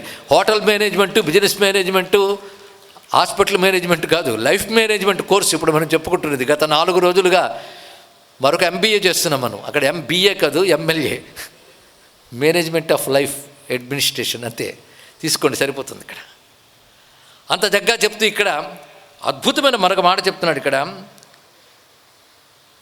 దార పరిగ్రహణంలో ముఖ్యంగా భార్య విషయంలో జాగ్రత్తగా ప్రవర్తించాలి. తన భార్య విషయంలో చక్కగా ప్రవర్తించాలి. భార్య మనసు నొచ్చుకునేటట్టు ఉండరాదు. ఎంత గొప్ప విషయం చెప్తున్నాడు కూడా, అలా ప్రవర్తించాలి. అలాగే తప్పులు తన వల్ల జరగకుండా ఎప్పటికప్పుడు చూడాలి. సమ్యక్ వృత్తం స్వదారేషు. స్వదారేషు అంటే తన భార్య యందు ఎలా ప్రవర్తిస్తే ఆమెకి క్షేమంగా ఉంటుందో అలా ప్రవర్తించాలి, క్షేమంగా ఉండేటట్లు. రెండవది దోషాణం ప్రతిషేధనం. దోషాల్ని కలగకుండా చూసుకుంటూ ఉండాలి. ఆ తర్వాత పుత్రుడికి వినయం నేర్పగలగాలి. పుత్రాణం వినయం కుర్యాత్. వినయం అంటే శిక్షణ అని అర్థం అండి. వినయం అంటే మనం తలలు వంచేసుకోవడాలు, కాళ్ళ మీద పడ్డాలు అనుకుంటాం. శిక్షణ, ఒక ట్రైనింగ్. వీళ్ళు చేసేది పిల్లలు తర్వాత కొనసాగించేటట్లుగా చేయాలి. అంతేగాని తాము చేస్తున్న పూజా పునస్కారమో మంచి పనులు పిల్లలకు కూడా తెలియాలండి కనీసం. అందుకే ఈ మధ్య ఒక జడ్జి గారు ఒక మాట్లాడుతూ ఒక మాట చెప్పారు. మీరు ప్రతిరోజు మీ ఇంట్లో దేవుడికి దండం పెట్టుకోండి, ఆ సమయంలో మీ పిల్లలను కూడా అక్కడికి తీసుకువెళ్ళి దండం పెట్టండి అని చెప్పారు. మంచి విషయం చూడండి. ఇలాగ పిల్లలకి శిక్షణ ఇవ్వడం అనేది పుత్రాణం వినయం కుర్యాత్. తత్తత్కార్య నియోజనం. పిల్లలకు కూడా మంచి మంచి పనులు చేయడంలో నియమిస్తూ ఉండాలి ఇక్కడ. అలాగే వారు కూడా అశుభ కార్యాలు చేయకుండా నిరోధించగలగాలి. వారికి కూడా చెడు పనులు చేయకుండా నిరోధించాలి. అంటే వాళ్ళకి మంచి ఏమిటో చెడు ఏమిటో చెప్పగలగాలి. మంచి చేసేటట్టు ప్రోత్సహించాలి. అంతేగాని ఆదాయం ఆర్జించే తెలివితేటలు నేర్పే చదువులకు పిల్లల్ని పంపించేస్తున్నామని చెప్పి అమ్మ హాయిగా మనం ఉంటాం అనుకోవద్దు. ఒక్కోసారి పిల్లలు పోరు తట్టుకోలేక వాళ్ళ చేతికి ఆ పరికరం ఇచ్చేస్తాం, డివైసు. ఇంకా వాళ్ళు దాంతో ఆడుకుంటుంటారు. ఇటీవల పరిశోధనలు చెప్తున్నాయి, అదే జీవితంగా బ్రతికే వాళ్ళ బుద్ధులు ఎంత క్రూరంగా మారతాయో, ఎంత ప్రమాదంగా మారతాయో, వాళ్ళ బ్రతుకు ఎంత భయంకరంగా మారుతుందో శాస్త్రం చెప్తుందండి. కానీ పిల్లల్ని నిభాయించుకోలేక తల్లిదండ్రులు ఏం చేస్తారంటే అవి ఇచ్చి పడేస్తారు. ఇలాంటి పరిస్థితులు. కనుక పిల్లల్ని గమనించుకోవడం, పిల్లల్ని జాగ్రత్తగా తీర్చుకోవడం గురించి కూడా ఋషులు చెప్పారు. అంటే మానవ జీవితం ఎప్పుడూ ఒక్కటే, ఎన్ని రకాల మార్పులు వచ్చినా. అందుకే వాటిని ఉద్దేశించి ఆనాడు ఋషులు ఇచ్చిన మాటల్ని ఇప్పటి కాలానికి అన్వయించుకోవడం ఒక్కటే మనకు మిగిలింది. అదేవిధంగా పిల్లల్ని మంచి పనులు చేయడానికి ప్రోత్సహించాలి. తమకు పరంపరాగతంగా వస్తున్న ధర్మములు ఏవైతే ఉన్నాయో వాటి ఉన్నట్లు పాటించగలగాలి. మా తాత చేశారు, మా అమ్మమ్మ చేసింది, మా నాన్నమ్మ చేసింది, ఎంత బాగుంటుందండి. వై మమ్మీ అంటారు మీ పిల్లలు. వై మమ్మీ అంటే మా మమ్మీ కూడా చేసిందని చెప్పాలి ఇక్కడ. అది ఒక్కటి చాలు. మా పూర్వీకులు చేసే నేను చేస్తున్నాను అది చెప్పుకోవడానికి లాజిక్ ఎందుకు, ఆర్గ్యుమెంట్ ఎందుకండి? ఇలా పిల్లలు మా పూర్వీకులు చేశారు అని చేస్తారు కనుక తర్వాత తరాలను దృష్టిలో పెట్టుకుని ప్రతివాడు జాగ్రత్తగా ఉండాలి. అలా వాళ్ళు ప్రవర్తించాలి. అలాగే తన ప్రయత్నంతో తన వంశాన్ని నిలుపుకోగలగాలి. ఇది చాలా ప్రధానం. ఇవి శుభాచారములు. ఇందులో ఒకటి వృద్ధసేవి భవే నిత్యం. వృద్ధుల్ని సేవించుట, దీనివల్ల జ్ఞానాభివృద్ధి జరుగుతుంటుంది. శుభాచారములు ఇదొకటి. పరద్రవ్యం ఎప్పుడు స్వీకరించకూడదు, ఇది ముఖ్యమైన విషయం. పైగా ఏ ద్రవ్యమైనా ఇతరులు ఇవ్వకుండా తీసుకోకూడదు. దీని గురించి మొదట కూడా చెప్పాడు. ఇప్పుడు శుభాచారాల పరంపరలో దాన్ని కూడా చెప్తున్నాడు ఇక్కడ. అయితే అప్పుడు చెప్పినప్పుడు ఇప్పుడు ఎందుకు చెప్పలేదంటే ఈ శుభాచారాలు చెప్పలేదు కనుక అది పాటించకపోయినా పర్వాలేదు కనమాట అని మనం అంటామేమో. అందుకు అప్పుడు కూడా దాన్ని కలిపి చెప్తున్నాడు అంత జాగ్రత్తగా. ఎందుకంటే మంచి చెప్పేటప్పుడు పునరుక్తి అనే విషయం ఉండదుట. వాడి చేత మంచి చేయించడమే లక్ష్యంగా ఉన్నవాడు ఒకటికి 10 సార్లు చేసి చెప్పినా తప్పేమీ లేదు. ఎన్ని మార్లు చెప్తారు అంటే నువ్వు వినే వరకు చెప్తానంటారు, అంతే. ఇంకోటి ఉన్నది ఇక్కడ. కానీ ఎన్ని మార్లు మంచి విషయాలు వినాలి అంటే చెవులు ఉన్నంతకాలం వినాలి ఇక్కడ. బుద్ధి ఎప్పుడు మారుతుందో తెలియదు, ఆ చెవుల మధ్యలో ఉంటుందే, అది తిన్నగా ఉండదు. అందుకే చెవులతో ఎప్పుడు వింటూ ఉంటే అదే గుర్తు చేస్తూ ఉంటుంది. కనుక మొదటిసారి వింటే ప్రథమ శ్రవణం, రెండోసారి వింటే మననం, దానికి పనికొస్తుందండి ఇక్కడ. అందుకే చెప్తున్నాడు ఇక్కడ. పైగా ఆహార విషయంలో చెప్తున్నాడు చాలా జాగ్రత్తగా. ఇలాంటివి కానీ చెప్పుంటే ఇప్పుడు ఇలాగా హాస్పిటల్ కళకళలాడుతుండవు, డాక్టర్స్ కోపగించుకోవచ్చు. ఎందుకంటే ఎన్నెన్ని రకాల రోగాలు, ఎన్నెన్ని రకాల టెస్టులు, వీళ్ళని ఆకర్షించడానికి వాళ్ళు పెట్టే హోర్డింగులు ఒక మామూలు బిజినెస్ కంపెనీలు కూడా పెట్టరండి. అంత వ్యాపారం అయిపోయే పరిస్థితులు ఉన్నాం. ఆహార విషయంలో చెప్తున్నాడు ఇక. రక్షేత్ ఆహార ఆచారయోరపి. ఆహార ఆచారములు రెండు రక్షించుకోవాలన్నాడు ఇక్కడ. ఈ రెండు రక్షిస్తూ ఆహారం ఎప్పుడు కూడా హితం పథ్యం సదాహారం జీర్ణం భుంజీత మాత్రయ. ఈ ఒక్క వాక్యం చాలదు. శరీరానికి ఏది హితమో, నిజంగా హితకరమైన ఆహారం అని తింటున్నామా? మనకి ఉప్పు ఉండవలసిన శాతం ఉంటే సరిపోదు, మరి కొంచెం ఉండాలి. కారం ఆ మాత్రం సరిపోదు. అంటే మనం దేనికి తింటున్నాం? తినేటప్పుడే నువ్వు దేనికి తింటున్నావో తెలుసుకోవాలి. అందుకే గురువుగారు ఒక మాట చెప్పారు, 2 అంగుళాలు నాలుగు కోసం జానడి పొట్టనెందుకయ్యో బాధ పెడతారన్నాడు. రుచి యొక్క సమయం అంతే, ఆ 2 అంగుళాల నుంచి కిందకి జారే వరకే. దానికోసం అని చెప్పి కింద ఎంత బాధ పెడుతున్నావు అని చెప్పడంలో విశేషం అది ఇక్కడ. అందుకే ముందు హితం పథ్యం, హితకరమైనది శరీరానికి తగినది అయినటువంటిది. సత్ ఆహారం, సదాహారం. సదాహారం అంటే నువ్వు వండుకు తిన్నది మాత్రమే కాదు. ఈ మధ్య అదొకటి వచ్చిందండి, మీరు పరిశీలిస్తే భోజనం చేయడం వల్ల ఎలాంటివి ఉంటాయో చెప్తూ ఈ మధ్య సైంటిస్టులు కూడా చెప్తున్న మాట ఏమిటంటే, ఎలాంటి పరిస్థితుల్లో వండుతున్నారు, ఎలాంటి భావాలతో వండుతున్నారో తెలుసుకోవాలి ఇక్కడ. అంతేగాని ఇళ్లల్లో వండుకోవడాలు తగ్గిపోయి ఆఖరి కొత్తగా డిజైన్ చేస్తున్న అపార్ట్మెంట్లో కిచెన్ అనేది కూడా లేకుండా డిజైన్ చేస్తున్నట్ట. ఎందుకంటే తిండంతా బయటే. అరే బాబు, చాందోగ్యోపనిషత్తు చెప్తోంది, తిన్న అన్నంలో స్థూల భాగం మాలిన్యంగా మారితే సూక్ష్మ భాగం ప్రాణంగా మారుతుంది, అంతకంటే సూక్ష్మ భాగం మనస్సుగా మారుతుందని చెప్పాడు ఇక్కడ. తిండి బట్టి బుద్ధి. అందుకే ఎటువంటి భోజనాన్ని చేస్తున్నాం, ఎటువంటి భావశుద్ధితో చేస్తున్నాం, ఇది తెలుసుకోవాలి. కాస్త డబ్బు చేరగానే వండడం మానివేసి డబ్బు పారేసి ఎవరి చేతను వండించుకుంటాం, మొదటి స్టెప్ పతనానికి. దాని తర్వాత ఏంటంటే అంత కష్టపడ్డం ఎందుకు, వస్తూ ఉంటే అక్కడ తినేసి వచ్చే పోలే. దానితో రోడ్ల పక్కన ఏది పెడితే వాళ్ళు వండుతూ ఉంటే దాని పక్కన వీడు నిలబడి తింటూ ఉంటాడు. ఆ పక్కన కుక్క ఒక పంది పడుకుని ఉంటాయి. అంటే వీడి సహపంక్తిలో కూర్చున్న వాళ్ళు అన్నమాట.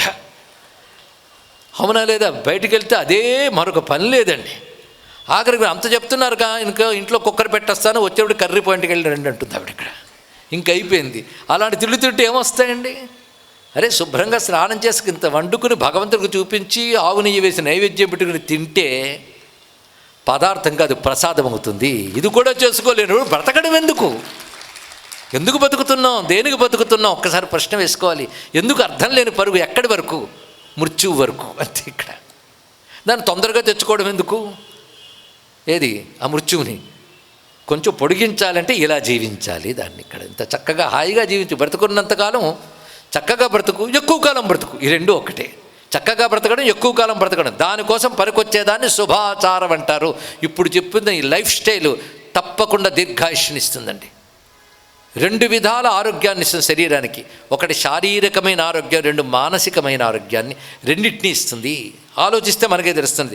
హితం పథ్యం సత్ ఆహారం సదాహారం. ఇది సదాహారం దగ్గర అని హితభుక్ మితభుక్ ఋతభుక్ అని 3 చెప్పారు ఇక్కడ. మొదటి 2 అర్థమై ఉంటాయి, హితభుక్ మితభుక్. ఋతభుక్ట ఇది చాలా గొప్ప విషయం.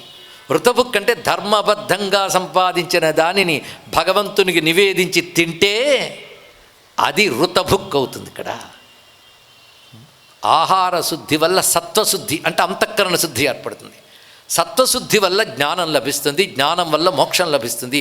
ఉపనిషత్తుల్లో ఆహారం గురించి చెప్పారండి, తెలుసుకోండి ఇక్కడ. ఎందుకంటే అది సరిగ్గా లేనప్పుడు ఇది సరిగ్గా రాదు. అడ్డదిడ్డపు తిళ్ళు తిని ఉపనిషత్ క్లాస్కి వెళ్ళారనుకోండి, వేదాంతం కూడా ప్రమాదకారిగా మారుతుంది ఇక్కడ. కనుక వాటికి నియమాలు అంత చక్కగా చెప్పారు.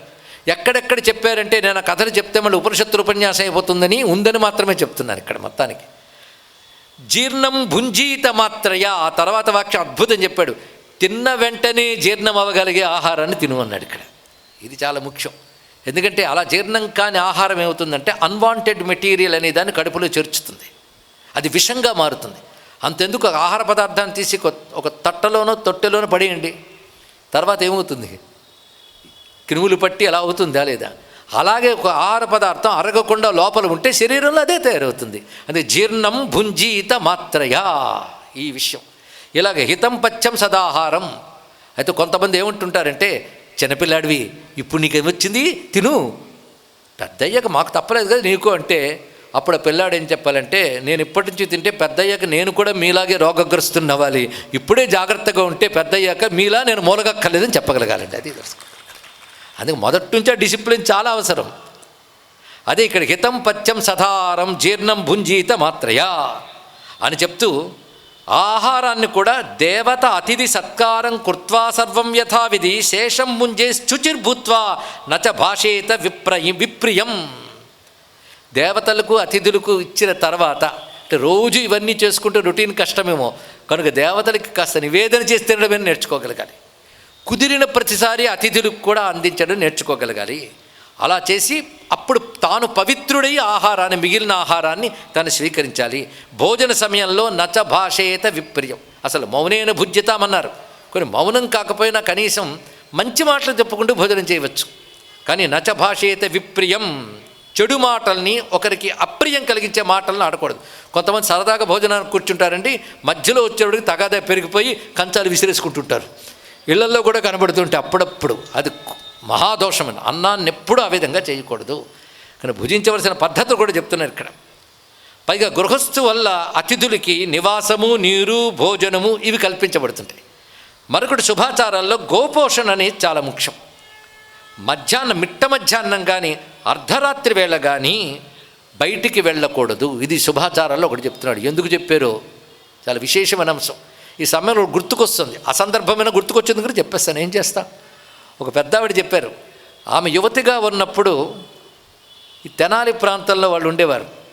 అలా ఉన్నప్పుడు ఒక రోజున ఆమెకి ఎక్కడికో వెళ్ళి వచ్చిన తర్వాత ఆకలి వేయట్లేదు, ఏది తిన్నా ఇమడట్లేదు, తర్వాత ఏదో చిరాకు, కోపం అన్నీ ఉంటున్నాయి. ఆ సమయంలో ఒక మహనీయులు వారి ఇంటికి వచ్చేట. ఒక నెల రోజుల నుంచి ఇలా ఉంటుందండి, మనిషి స్థితి శుష్కించిపోతుంది అనగానే ఆయన ఏం చేశారంటే చేతులు విభూతి తీసుకుని మంత్రించి నుదుటి మీద పెట్టి ఒక మాట అన్నారు. నువ్వు కానీ మధ్యాహ్న సమయంలో ఆ రోజు తలస్నానం చేసి జుట్టు విరగబోసుకుని గారు బయటికి వెళ్ళావా అని అడిగట్టండి. ఇక్కడ అవును అన్నారు.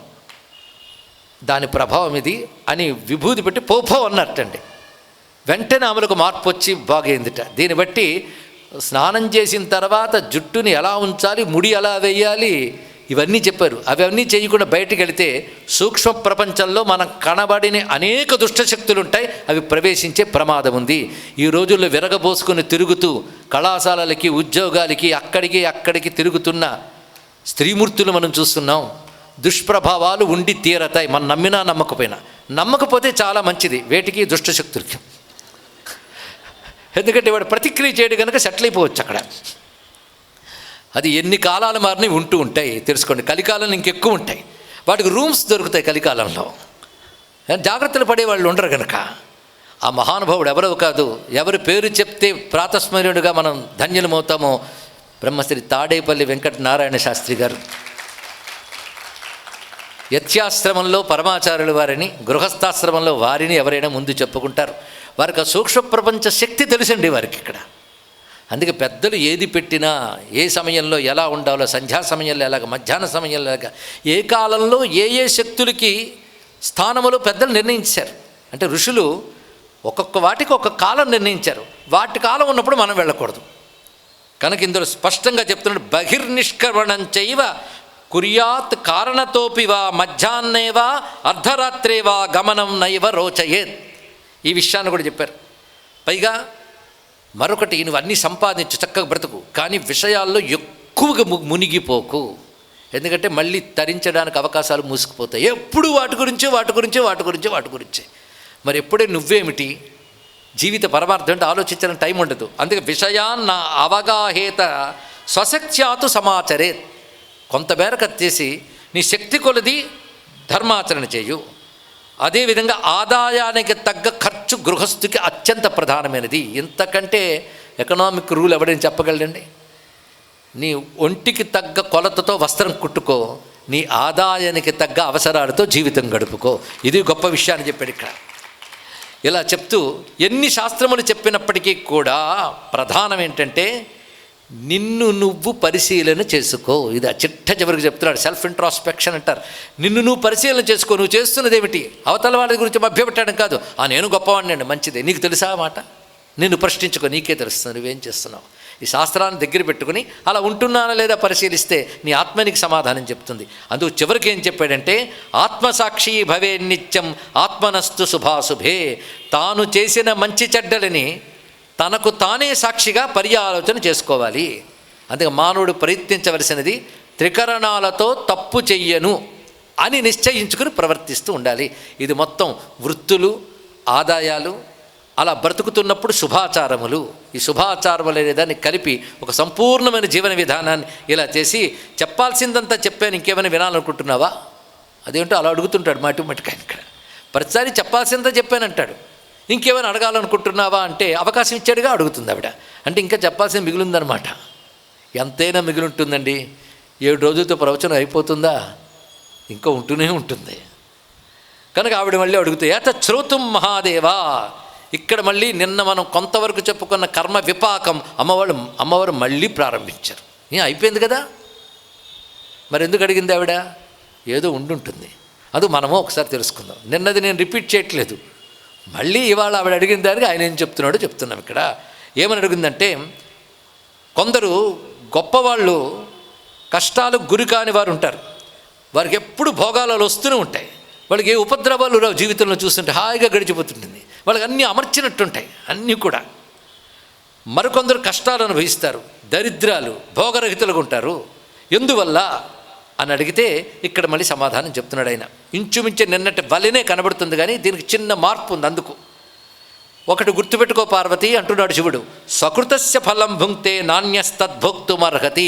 ఎవడు చేసింది వాడు మాత్రమే అనుభవించాలి, మరొకరు అనుభవించరు. ఇది తెలుసుకోవాలి. ఇక్కడ నా వాళ్ళని పోగు చేసుకుంటావు, కానీ నీది నీదే, ఇది తెలుసుకో. ఎవరిది వారిదే, ఇది గమనించుకోవాల్సింది. నిజమే నువ్వు అన్నట్టు కొందరు సంపన్నులుగా ఉంటారు, కొందరికి ధనధాన్యాలు సమృద్ధిగా ఉంటే వారికి. అయితే విశేషం ఏంటంటే, మళ్ళీ అమ్మవారు నువ్వు చెప్పినట్టు కర్మలు బట్టి వస్తాయని ఒప్పుకుంటున్నాను, కానీ కొందరికి సంపద ఉంటుంది, ధనధాన్యాలు ఉంటాయి, వస్తువులకు లోటు ఉండదు, డబ్బుకు కొదవ ఉండదు. అయినా వారు భోగాలు అనుభవించలేకుండా ఉంటారు కొంతమంది. ఎందువల్ల ఇది అడిగింది. అప్పుడు ఒకప్పుడు మంచి పనులు చేస్తేనే ఇప్పుడు సంపదలు భోగాలు వస్తాయని కదా ఇందాకంటే నిన్న చెప్పావు నువ్వు. నిజంగా సంపదలు వస్తాయి, భోగాలు వస్తాయి, కానీ అనుభవించలేడు వాడు. అది ఆశ్చర్యం. అంటే రోగం కారణం కావచ్చు, మరేదోనో కారణం కావచ్చు, అనుభవించలేడు. లేదా బిజీ అయిపోయాను అంటాడు, ఇంట్లో ఆగి పడుకోవడానికి కూడా టైం ఉండదు. ఇవాళ నేను ఆఫీసులో కుర్చీలోనే కొనుక్కొస్తాను, ఇంటికి రానని చెప్పేవాళ్ళు ఉన్నారు. అంత ఇల్లు కట్టుకున్నాడు, ఏసు రూములు కట్టాడు, అన్నీ కట్టుకున్నాడు, అనుభవించలేకపోతున్నాడు. చూడండి, నువ్వు ఉదాహరణకి చెప్పాను, కానీ చాలామంది ఆలోచిస్తే వాళ్ళకి తెలుసు, ధనాలు ఉంటాయి, భోగాలు ఉంటాయి, కానీ అనుభవించలేరు. అంటే ధర్మాలు చేస్తేనే కదా ధనాలన్నీ వస్తాయి. మరి అనుభవించకుండా ఉండడానికి ఏమిటి కారణం అడిగితే అద్భుతమైన సమాధానం చెప్తున్నాడు భగవానుడు. పరైస్సంచోదిత ధర్మం కుర్వతే నస్వకామత ధర్మశ్రద్ధాం బహిష్కృత్య కుర్వంతి చ రుదంతి చ తాదృశాః. ఇది ఎలాంటి వాళ్ళకు వస్తుందంటే, వాడు ఒకప్పుడు ధర్మకార్యాలు చేసిన మాట వాస్తవమే, అందుకే సంపదలు వచ్చాయి. కానీ ఈ ధర్మకార్యాలు చేసేటప్పుడు వాటి మీద వాడు శ్రద్ధ ఉండదు, శ్రద్ధ లేకుండా చేస్తాడు. శ్రద్ధ లేకుండా ఎలా చేస్తాడని ఇతరుల బలవంతం మీద చేస్తాడు. అంటే నువ్వు ఇది దానం చెయ్యని 10 మార్లు పొడిస్తే వాళ్ళు ఏమంటారో వీళ్ళు ఏమంటారో సతాయిస్తున్నారని చేస్తారు కొంతమంది. నిజంగా వాడికి దాని మీద శాస్త్రపరమైన విశ్వాసం ఉండదు. అలా కొందరు ధర్మకార్యాలు చేసేస్తుంటారు, అవునా లేదా? అలా ఇతరుల బలవంతం మీద ధర్మకార్యాలు చేస్తారు. చేసిన తర్వాత శోకిస్తారట, అయ్యో అంత ఇచ్చేసేనే ఇంత ఇచ్చేసేనే అని. ఇలా ఇతరుల బలవంతం మీద శ్రద్ధ లేకుండా ధర్మకార్యాలు చేయడం ఒకటి, తర్వాత శోకించడం ఒకటి. ఇలా చేసినటువంటి వారు తర్వాతి జన్మల్లో సంపదలు పొందుతారు, వృద్ధి చెందిస్తారు, కాపలాలా కాచుకుంటారు, కానీ అనుభవించలేరు. వాళ్ళు శ్రద్ధ లేకుండా చేసేవాళ్ళు తర్వాత ఆ ధర్మం వల్ల సుఖాలు పొందినా అనుభవించలేరు. ఇప్పుడు తెలిసిపోయింది కదా. అందుకే శ్రద్ధ ఎంత అవసరమో తెలుసుకోండి. ఇదొక విషయాన్ని చెప్పారు. సరే, కొందరు ఉంటారయ్యా ధనరహితులు, వాళ్ళకి ధనం ఉండదు, సంపద ఉండదు. చిత్రం ఏంటంటే వారికి బాగా భోగాలు వచ్చేస్తుంటాయి, డబ్బులే ఉండవు, కానీ భోగాలన్నీ వస్తే లోటు లేకుండా గడిచిపోతుంటుంది కొంతమందికి. వాళ్ళకెందుకు అలా కలుగుతుంది అంటే, వాళ్ళేమీ దాన ధర్మాలు పూర్వం చేయలేదు కనుక ఇప్పుడు ధనం లేదు, కానీ వాళ్ళకి భోగాలు వచ్చేస్తుంటాయి. ఎక్కడి నుంచి వస్తాయి? ధనం ఉండి కూడా భోగం ఉండని వాళ్ళ గురించి చెప్పేసాం. ధనం లేకుండా భోగాలు వస్తుంటాయంటే వారు గత జన్మలో దరిద్రంలో ఉన్నప్పటికీ దాన ధర్మాలు చెయ్యాలని తగతగలాడిపోయేట, కానీ చేయలేదు, చేయడానికి అవకాశం లేదు. కనుక దాన ధర్మాలు చెయ్యాలని తగతగలాడిపోవడం చేత మళ్ళీ జన్మ వచ్చినప్పుడు వాళ్ళు ధర్మములు చెయ్యని కారణంగా ఇప్పుడు సంపదలు లేవు, కానీ చెయ్యాలని తగతగలాడారు కనుక భోగాలు వస్తున్నాయి. చూసారు ఇక్కడ, అంటే మనస్సుకు అంత శక్తి ఉందట. కనుక చెయ్యలేకపోయినా అయ్యో చెయ్యలేకపోతున్నా అనుకున్నా కూడా విశేషం ఎత్తున్నది. ఇది చెప్తున్నాడు. దాని తర్వాత మరొక మాట, ఓ త్ర్యక్ష వృషభధ్వజ. కొందరు కూర్చుని ఉంటారు, అనాయాసంగా గొప్ప గొప్ప స్థానాలు, గొప్ప గొప్ప అధికారాలు, భోగాలు పొందుతుంటారు. కొందరు బాగా ప్రయత్నిస్తే కానీ సుఖభోగాలు పొందలేరు, కొందరు ఎంత ప్రయత్నించనే పొందలేరు. 3 రకాల వాళ్ళు ఉంటారు కదా. ఇవి దేనివల్ల వస్తాయి? ఇదంతా కర్మ విపాకం అనే అధ్యాయం క్లుప్త రూపంలో చెప్తున్నాడు. ఇంత కూడా బాగుంది, మంచి విషయాలను అడిగావు. కొందరు దాన ధర్మాలు ఎంత జాగ్రత్తగా చేస్తారంటే పరమ ప్రేమగా చేస్తారు, శ్రద్ధగా చేస్తారు. అందుకని వాడు బలవంతం మీద కాదు, తాను విశ్వాసంతో శ్రద్ధగా చేయడం. శ్రద్ధ ఎంత పెరుగుతుందంటే మంచివాడు వస్తే ఇద్దామని కాదుట, మంచివాళ్ళని వెతుక్కుంటూ వెళ్ళిస్తట. ఎంత దూరమైనా సరే ధర్మకార్యం చేయడానికి ఏది యోగ్యమో అక్కడికి వెళ్తాట, అక్కడికి వెళ్ళి చేయవలసింది చేస్తాడు.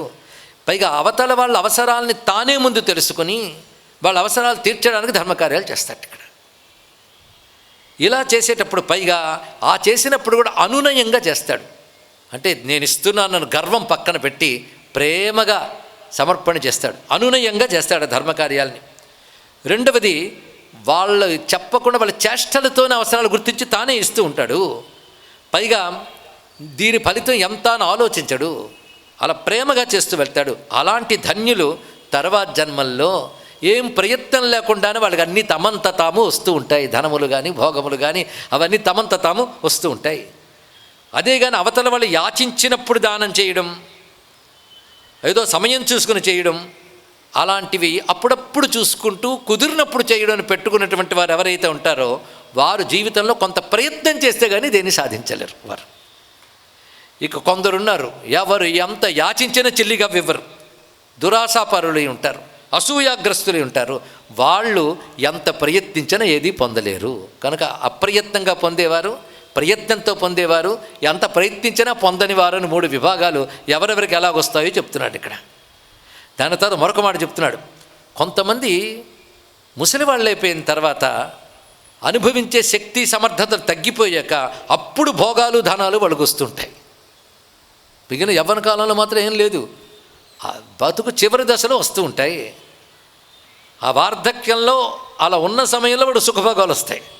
ఎందువల్ల ఆ సమయంలో వచ్చాయి, ముందెందుకు రాలేదు అంటే వెంటనే ఆహా మంచి ప్రశ్న వేసావన్నాడు. మధ్య మధ్యలో ఎప్రిషియేషన్ ఒకటి, శివుడు పార్వతీదేవితో చాలా మంచి ప్రశ్న వేసావు నువ్వు అంటూ. వీరు ధనం ఉంటుంది కానీ వాళ్ళకి బ్రతుకులో పూర్వజన్మల్లో ధనం బాగా ఉంటుంది, అవకాశాలు బాగా ఉంటాయి, కానీ చాలా కాలం దాన్ని ధర్మకార్యాలకు వినియోగించరు. ఆఖరికి ప్రాణాలు పోయే సమయం వచ్చినప్పుడు ఇంకా భయంతోనో దేనితోనో దాన ధర్మాలు చేయడం మొదలెడతారు. అటువంటి వారు తర్వాత జన్మలో యవ్వన దశ గడిచాక వార్ధక్యం వచ్చాక ఆ దాన ధర్మ ఫలాలు ఇప్పుడు పొందుతారు భోగములతో. ఇది చెప్తూ ఇది బాగుంది. మరికొందరు భోగములు అనుభవిస్తూ ఉంటారు, వ్యాధులతో బాధపడుతూ ఉంటారు. పైగా ఈ వ్యాధులతో బాధపడడం వల్ల కూడా కొందరు తెలుసుకోలేరు. అంటే ఇది పూర్వజన్మలో ప్రాణం మీదకు వచ్చినప్పుడే దాన ధర్మాలు ఎవరైతే చేస్తారో అటువంటి వారు ఈ వ్యాధిగ్రస్తులై భోగములు అనుభవించలేని పరిస్థితులు పడతారు సుమా అని. ఇందాక భోగములు అనుభవించలేని వాళ్ళ పరిస్థితుల్లో వ్యాధిగ్రస్తులైన వారు దానికి కారణం చెప్పాడు. ప్రాణాంతక పరిస్థితుల్లో ఏవో దాన ధర్మాలు చేసేవాళ్ళు ఉంటారే వాళ్ళకి, అలాగే ఈ గ్రహశాంతి అయితే నా కొంటికి మంచిది అని చెప్పి దానాలు చేస్తారే వాళ్ళకి తర్వాత జన్మల్లోకి అంత గొప్పగా వెళ్ళవు. తెలుసుకోండి ఇక్కడ. ఎందుకంటే ఆ ఉద్దేశంలో నువ్వు చేస్తున్నది గ్రహశాంతి కోసమే చేస్తున్నావు కనుక తద్గ్రహశాంతికి మనకు వస్తాయి, అంతేగాని తర్వాత పుణ్యకార్యములుగా తర్వాత జన్మల్లోకి వెళ్ళవు. ఇది తెలుసుకోవాలి ఇక్కడ. కానీ ఇవన్నీ వివరించి చూపిస్తున్నాడు ఇక్కడ. అదేవిధంగా మరొక ప్రశ్న, కొందరు గొప్ప సౌందర్యవంతంగా పుడతారు, అదేమిటో కొన్ని అమరిపోతాయండి, పరమ సుందరంగా ఉంటారు. సుందరంగా ఉండడం కాదు, అన్ని శుభలక్షణాలు ఉంటాయి, ఎవరైనా చూస్తే చూడాలనిపించేటట్టు ఉంటారు. అలాంటి ఒక చక్కటి శరీర ఆకృతి వాళ్ళకు ఉంటుంది. ఇలా జన్మించడానికి కారణం ఏమిటి అంటే గత జన్మల్లో ఏ మానవులు లజ్జతో జీవిస్తారో, లజ్జాయుక్త, లజ్జ అంటే బిడియం, ఆ బిడియం ఒక అలంకారం అండి. అలా లజ్జతో ఎవరుంటారో ప్రియం వదాహ, అవతల వారికి ప్రీతి కలిగేటట్టు మాట్లాడేవారు, శక్తాహ సుమధురా నిత్యం భూత్వా చైవ స్వభావత, వాళ్ళు సర్వసమర్థులైనప్పటికీ కూడా ఏది చేసినా మధురంగా మృదువుగా వ్యవహారం ఉంటుంది, వారి పని తీరు కూడా మృదువుగా మధురంగా ఉంటుంది.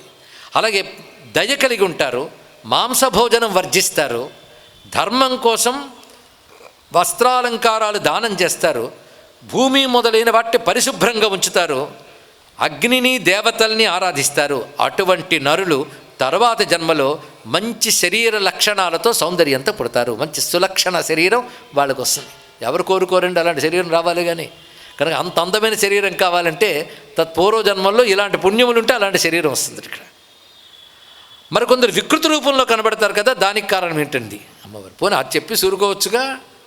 వికృతి రూపంలో కనబడడానికి కారణం ఏమిటి అని అడిగితే దానికి చెప్తున్నాడు ఇక్కడ. గత జన్మల్లో సౌందర్యవంతులయ్యి మేము సౌందర్యం కలవారమని అహంకరిస్తూ ఇతరుల్ని అవహేళన చేస్తూ పైగా వ్యంగ్యంగా స్తుతిస్తూ, అదొక మాట. వ్యంగ్యస్థుతి అంటే అర్థం నిజానికి వాడిదే సులక్షణాలు ఉండవు. వీడికి తెలుసు, చూడు కళ్ళు ఎంత అంతంగా ఉన్నాయో పద్మాల్లాగా అంటాడు. అంటే వాడి కళ్ళు ఏదో మెల్లకన్నో ఏదో ఉంటుంది, ఆ వెక్కిరింపుగా అంటాడనమాట అవయవాల్ని. ఓహో పెద్ద కళ్ళు పద్మాల్లో ఉన్నాయని. అలాంటి వెక్కిరింపు రూపంతో చేసిన స్థుతి వల్ల, నిందించడం వల్ల, అపహాస్యం చేయడం ఒకటి, తాము సౌందర్యవంతుల గర్వం ఉండడం వల్ల. కొందరు చూడండి, వాడు చూడడానికి అసహ్యంగా ఉన్నాడు, మరీ నల్లగా ఉన్నాడు అంటుంటాడు. అంటే వీడు తెల్లగా పుట్టారని. అంటే గర్వం దేనివల్ల వచ్చింది? వీళ్ళు తెల్లగా పుట్టారని నల్లగా ఉన్నవాడిని అపహాస్యం చేస్తున్నాడు ఇక్కడ. ఇలాగా తాను సౌందర్యవంతం గర్వించడం ఒకటి, ఇతరులను చూసి అపహాస్యం చేయడం ఒకటి, ఇలాంటివి చేయడం వల్ల, పరుల్ని బాధ పెట్టడం వల్ల, హింసాపూర్వకమైన ఆహారాన్ని స్వీకరించడం వల్ల, అసూయ వల్ల, అపవిత్రులుగా జీవించడం వల్ల, అంటే శౌచాది నియమాలు పాటించకపోవడం వల్ల, అలాంటి వారు ఈ పాపపరితంగా యమలోకంలో శిక్షపడి తర్వాత భూమి యందు పుట్టినప్పుడు వికృతి రూపాలతో పుడతారు. కనుక సుందర రూపాలు ఎవరికి వస్తాయి, వికృతి రూపాలు ఎవరికి వస్తాయో చెప్పాడు. ఇప్పుడు ఏవొచ్చినా తర్వాత ఏది రావాలో డిసైడ్ చేసుకుని అలా జీవించవచ్చు జీవితంలో. అందుకు చెప్పడం ఇక్కడ. దాని తర్వాత ప్రశ్న ప్రకారంగా మరొక మాట అడుగుతున్నది. చిత్రం ఏంటంటే, కొందరు చూడడానికి నిజానికి ఏం బాగోరు, కానీ వారి పట్ల అందరికీ ప్రీతి ఉంటుంది.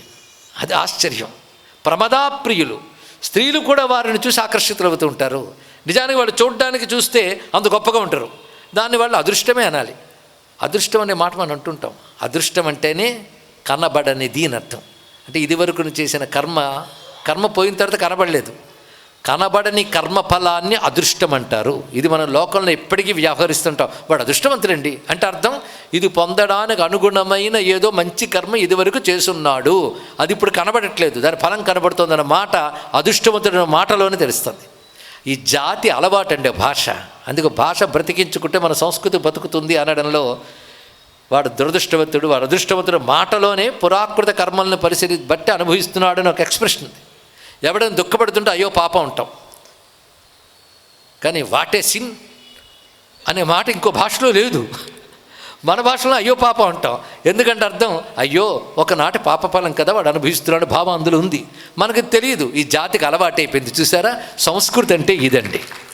అంతేగాని ఎవడ ఒక గ్రంథంలో అయ్యో పాపం అని రాస్తే దాన్ని ట్రాన్స్లేషన్ చేస్తూ హో సిన్ అని రాస్తే అవతల కూడా అర్థం కాదు. అంటే ఈ భావజాలం భాషలో లేదని అర్థం ఇక్కడ తెలుసుకోండి. అందుకే ట్రాన్స్లేషన్స్ ఫెయిల్ అవుతాయి గొప్ప విషయాన్ని ఆవిష్కరించడంలో. ఇది కూడా తెలుసుకోవాలి ఇక్కడ. ఆ భాషతో బతకాలి. అలా బతకనివ్వకుండా, మన భాష మనకు రానివ్వకుండా, మన సంస్కృతిని దెబ్బతీయడానికి దుష్టశక్తులు ఎప్పుడూ ప్రయత్నించే సక్సెస్ అయ్యకూడదు. ఇప్పుడు అది బాధ. కొన్ని ఎక్స్ప్రెషన్కి ట్రాన్స్లేషన్ ఉండవండి, తెలుసుకోవాలి. మొత్తానికి ఈ మాట వాళ్ళు అలా ఉన్నప్పటికీ అలాగ ఆకర్షితులు అవుతారు అంటే దీనికి ఒక కారణం ఉన్నది. వాళ్ళ దగ్గర ధనం లేకపోయినా అందరూ ప్రీతిగా ఎందుకు చూశారంటే వాళ్ళు ఇదివరకు చేసినట్టు కొన్ని మంచి ప్రవర్తనలు ఉన్నాయి. అదేమిటంటే అవతలి వాళ్ళు నొచ్చుకోకుండా ప్రవర్తించుంటారు. గత జన్మల్లో మృదువుగా మధురంగా ఉంటారు. రెండవది, తన భార్యందు మాత్రమే తాను తృప్తి చెందుతూ ఇతర స్త్రీల పట్ల కాముక దృష్టి లేనటువంటి వారు తర్వాత జన్మల్లో సుందరులుగా పుట్టినా ఇంకో రూపంగా పుట్టినా వాడి దగ్గర సంపదలు లేకపోయినా అందరి చేత ఆకర్షింపబడతారు. ఇదొక విషయాన్ని చూపిస్తున్నాడు. కనుక అందచందాల మొదలైనవి లేని వారిని చెప్పి నిరాదరించకుండా ఉన్నటువంటి వారు కూడా తర్వాత జన్మల్లో అందరి చేత ఆకర్షింపబడతారు. ఇలాంటి విషయంలో చెప్తున్నారు. ఇలా చక్కగా చూపిస్తూ తర్వాత మాటలో భోగాలున్నవారు కురూపులుగా ఉన్నవారు వీళ్ళ గురించి మీరు చెప్పిన విన్నాను. ఇంకా వీడి గురించి చెప్పడం ప్రారంభిస్తూ ఎవరైతే తమ భార్యల పట్ల శ్రద్ధని చూపించారో, ఇది చాలా ముఖ్యమండి. భార్య పట్ల ఆసక్తి చూపించకుండా విసుక్కుంటూ చిరాకు పడేటటువంటి వారు తర్వాత జన్మలో కురూపులుగా పుడతారు. ఇది వివరిస్తున్నాడు ఆయన ఇక్కడ. కోపగించుకోకుండా ఎవరు కూడా ఉన్నది చెప్తున్నాం. ఈశ్వరుడి మీద కోపగించుకొని పని ఎవరిని చెయ్యం, ఆయన చెప్పాడు. ఇది నా మాట కాదని చెప్పడానికి సంస్కృతంలో కూడా చెప్తాం. ఏ పురా మనుజాదేవి స్వదారేష్వనపేక్షయా యథేష్ట వృత్తయశ్చేవ నిర్లజ్జా వీత సంభ్రమా పరేషాం విప్రియకరా వాంగ్మనక్కాయ కర్మభిః నిరాశ్రయా నిరన్నాద్యా స్త్రీణాం హృదయకోపనా ఏవం యుక్త సమాచారా పునర్జన్మనితే నరాహ దుర్భగాస్తు భవంత్యేవా. ఇందాక చెప్పిన అందరి చేత ఆకర్షింపబడే వారి గురించి చెప్తూ సుందర సులక్షణ శరీరం అని చెప్పారు. అంత శరీరాలు పెద్ద పెద్ద ఆకర్షించే ధనాలు లేకపోయినా అందరి చేత ఆకర్షింపబడడానికి కారణం చెప్పాడు. ఇప్పుడు చెప్తున్నది కురూపులు ఎవరవుతారో చెప్తూ, పూర్వజన్మల్లో భార్య పట్ల చక్కగా ప్రవర్తించని వారు, అంటే ఆ భార్య పట్ల ఆసక్తిని చూపించకుండా పరస్త్రీ ఆసక్తితో తిరుగువారు, సిగ్గు మర్యాద విడిచిపెట్టినటువంటి వారు, మనోవాక్కాయ కర్మలతో ఇతరులను ద్వేషించేవారు, ఇతరులకు అప్రియం చేయవారు, ఇంటి పట్టున ఉండకుండా, ఇంటి పట్టున అన్నాదులు స్వీకరించకుండా బయట ఇంద్రియ సుఖాల కోసం తిరుగుతూ స్త్రీకి మనోవేదన కలిగించేవారు. ఏ మాట చెప్పారండి ఇక్కడ. ఇది ఉన్నదే అని మళ్ళీ చెప్తున్నా ఇక్కడ. నిరాశ్రయ నిరన్నజ్యా స్త్రీణాం హృదయ కోపనా. స్త్రీకి హృదయ వేదన కలిగించేటువంటి వారు మళ్ళీ జన్మించినప్పుడు కురూపులుగా పుడతారు. వాళ్ళని ఏ స్త్రీ చూసినా ద్వేషించుకుంటుందట. అలాంటి జన్మ వస్తుంది వాళ్ళకి ఇక్కడ. ఎందుకంటే కనిపెట్టుకున్నటువంటి భార్యని వాడు యావగించుకున్నాడు కనుక తర్వాత జన్మలో స్త్రీలు ఎవరు చూసినా వాడిని ద్వేషించేటట్టు జన్మ వస్తుంది ఇక్కడ.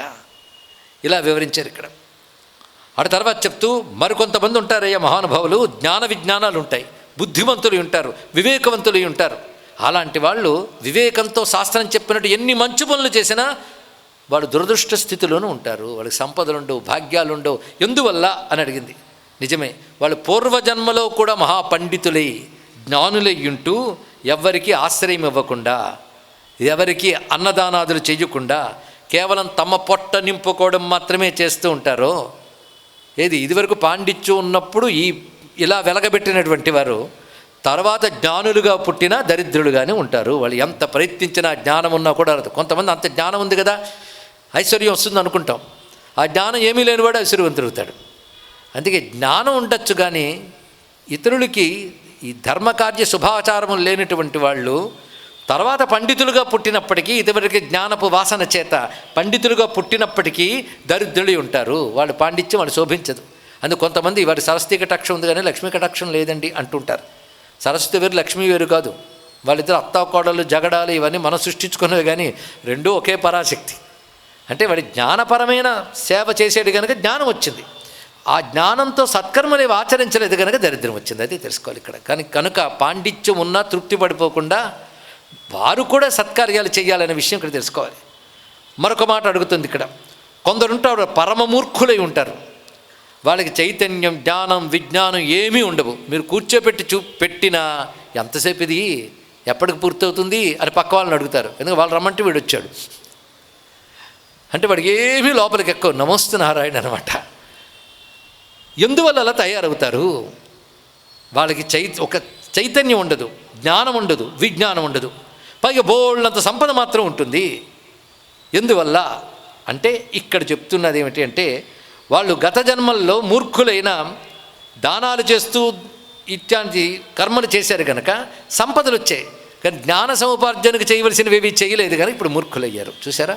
దీన్ని బట్టి మనకి ఇప్పుడు జ్ఞానం కావాలా, ధనం కావాలా? ఉన్నమాట చెప్పండి. రెండూ కావాలి. రెండూ కావాలి అంటే అది జ్ఞానము, ఇటు సత్కర్మాచరణ రెండూ ఉండాలని తాత్పర్యంగా నిర్ణయిస్తున్నాడు శివుడు.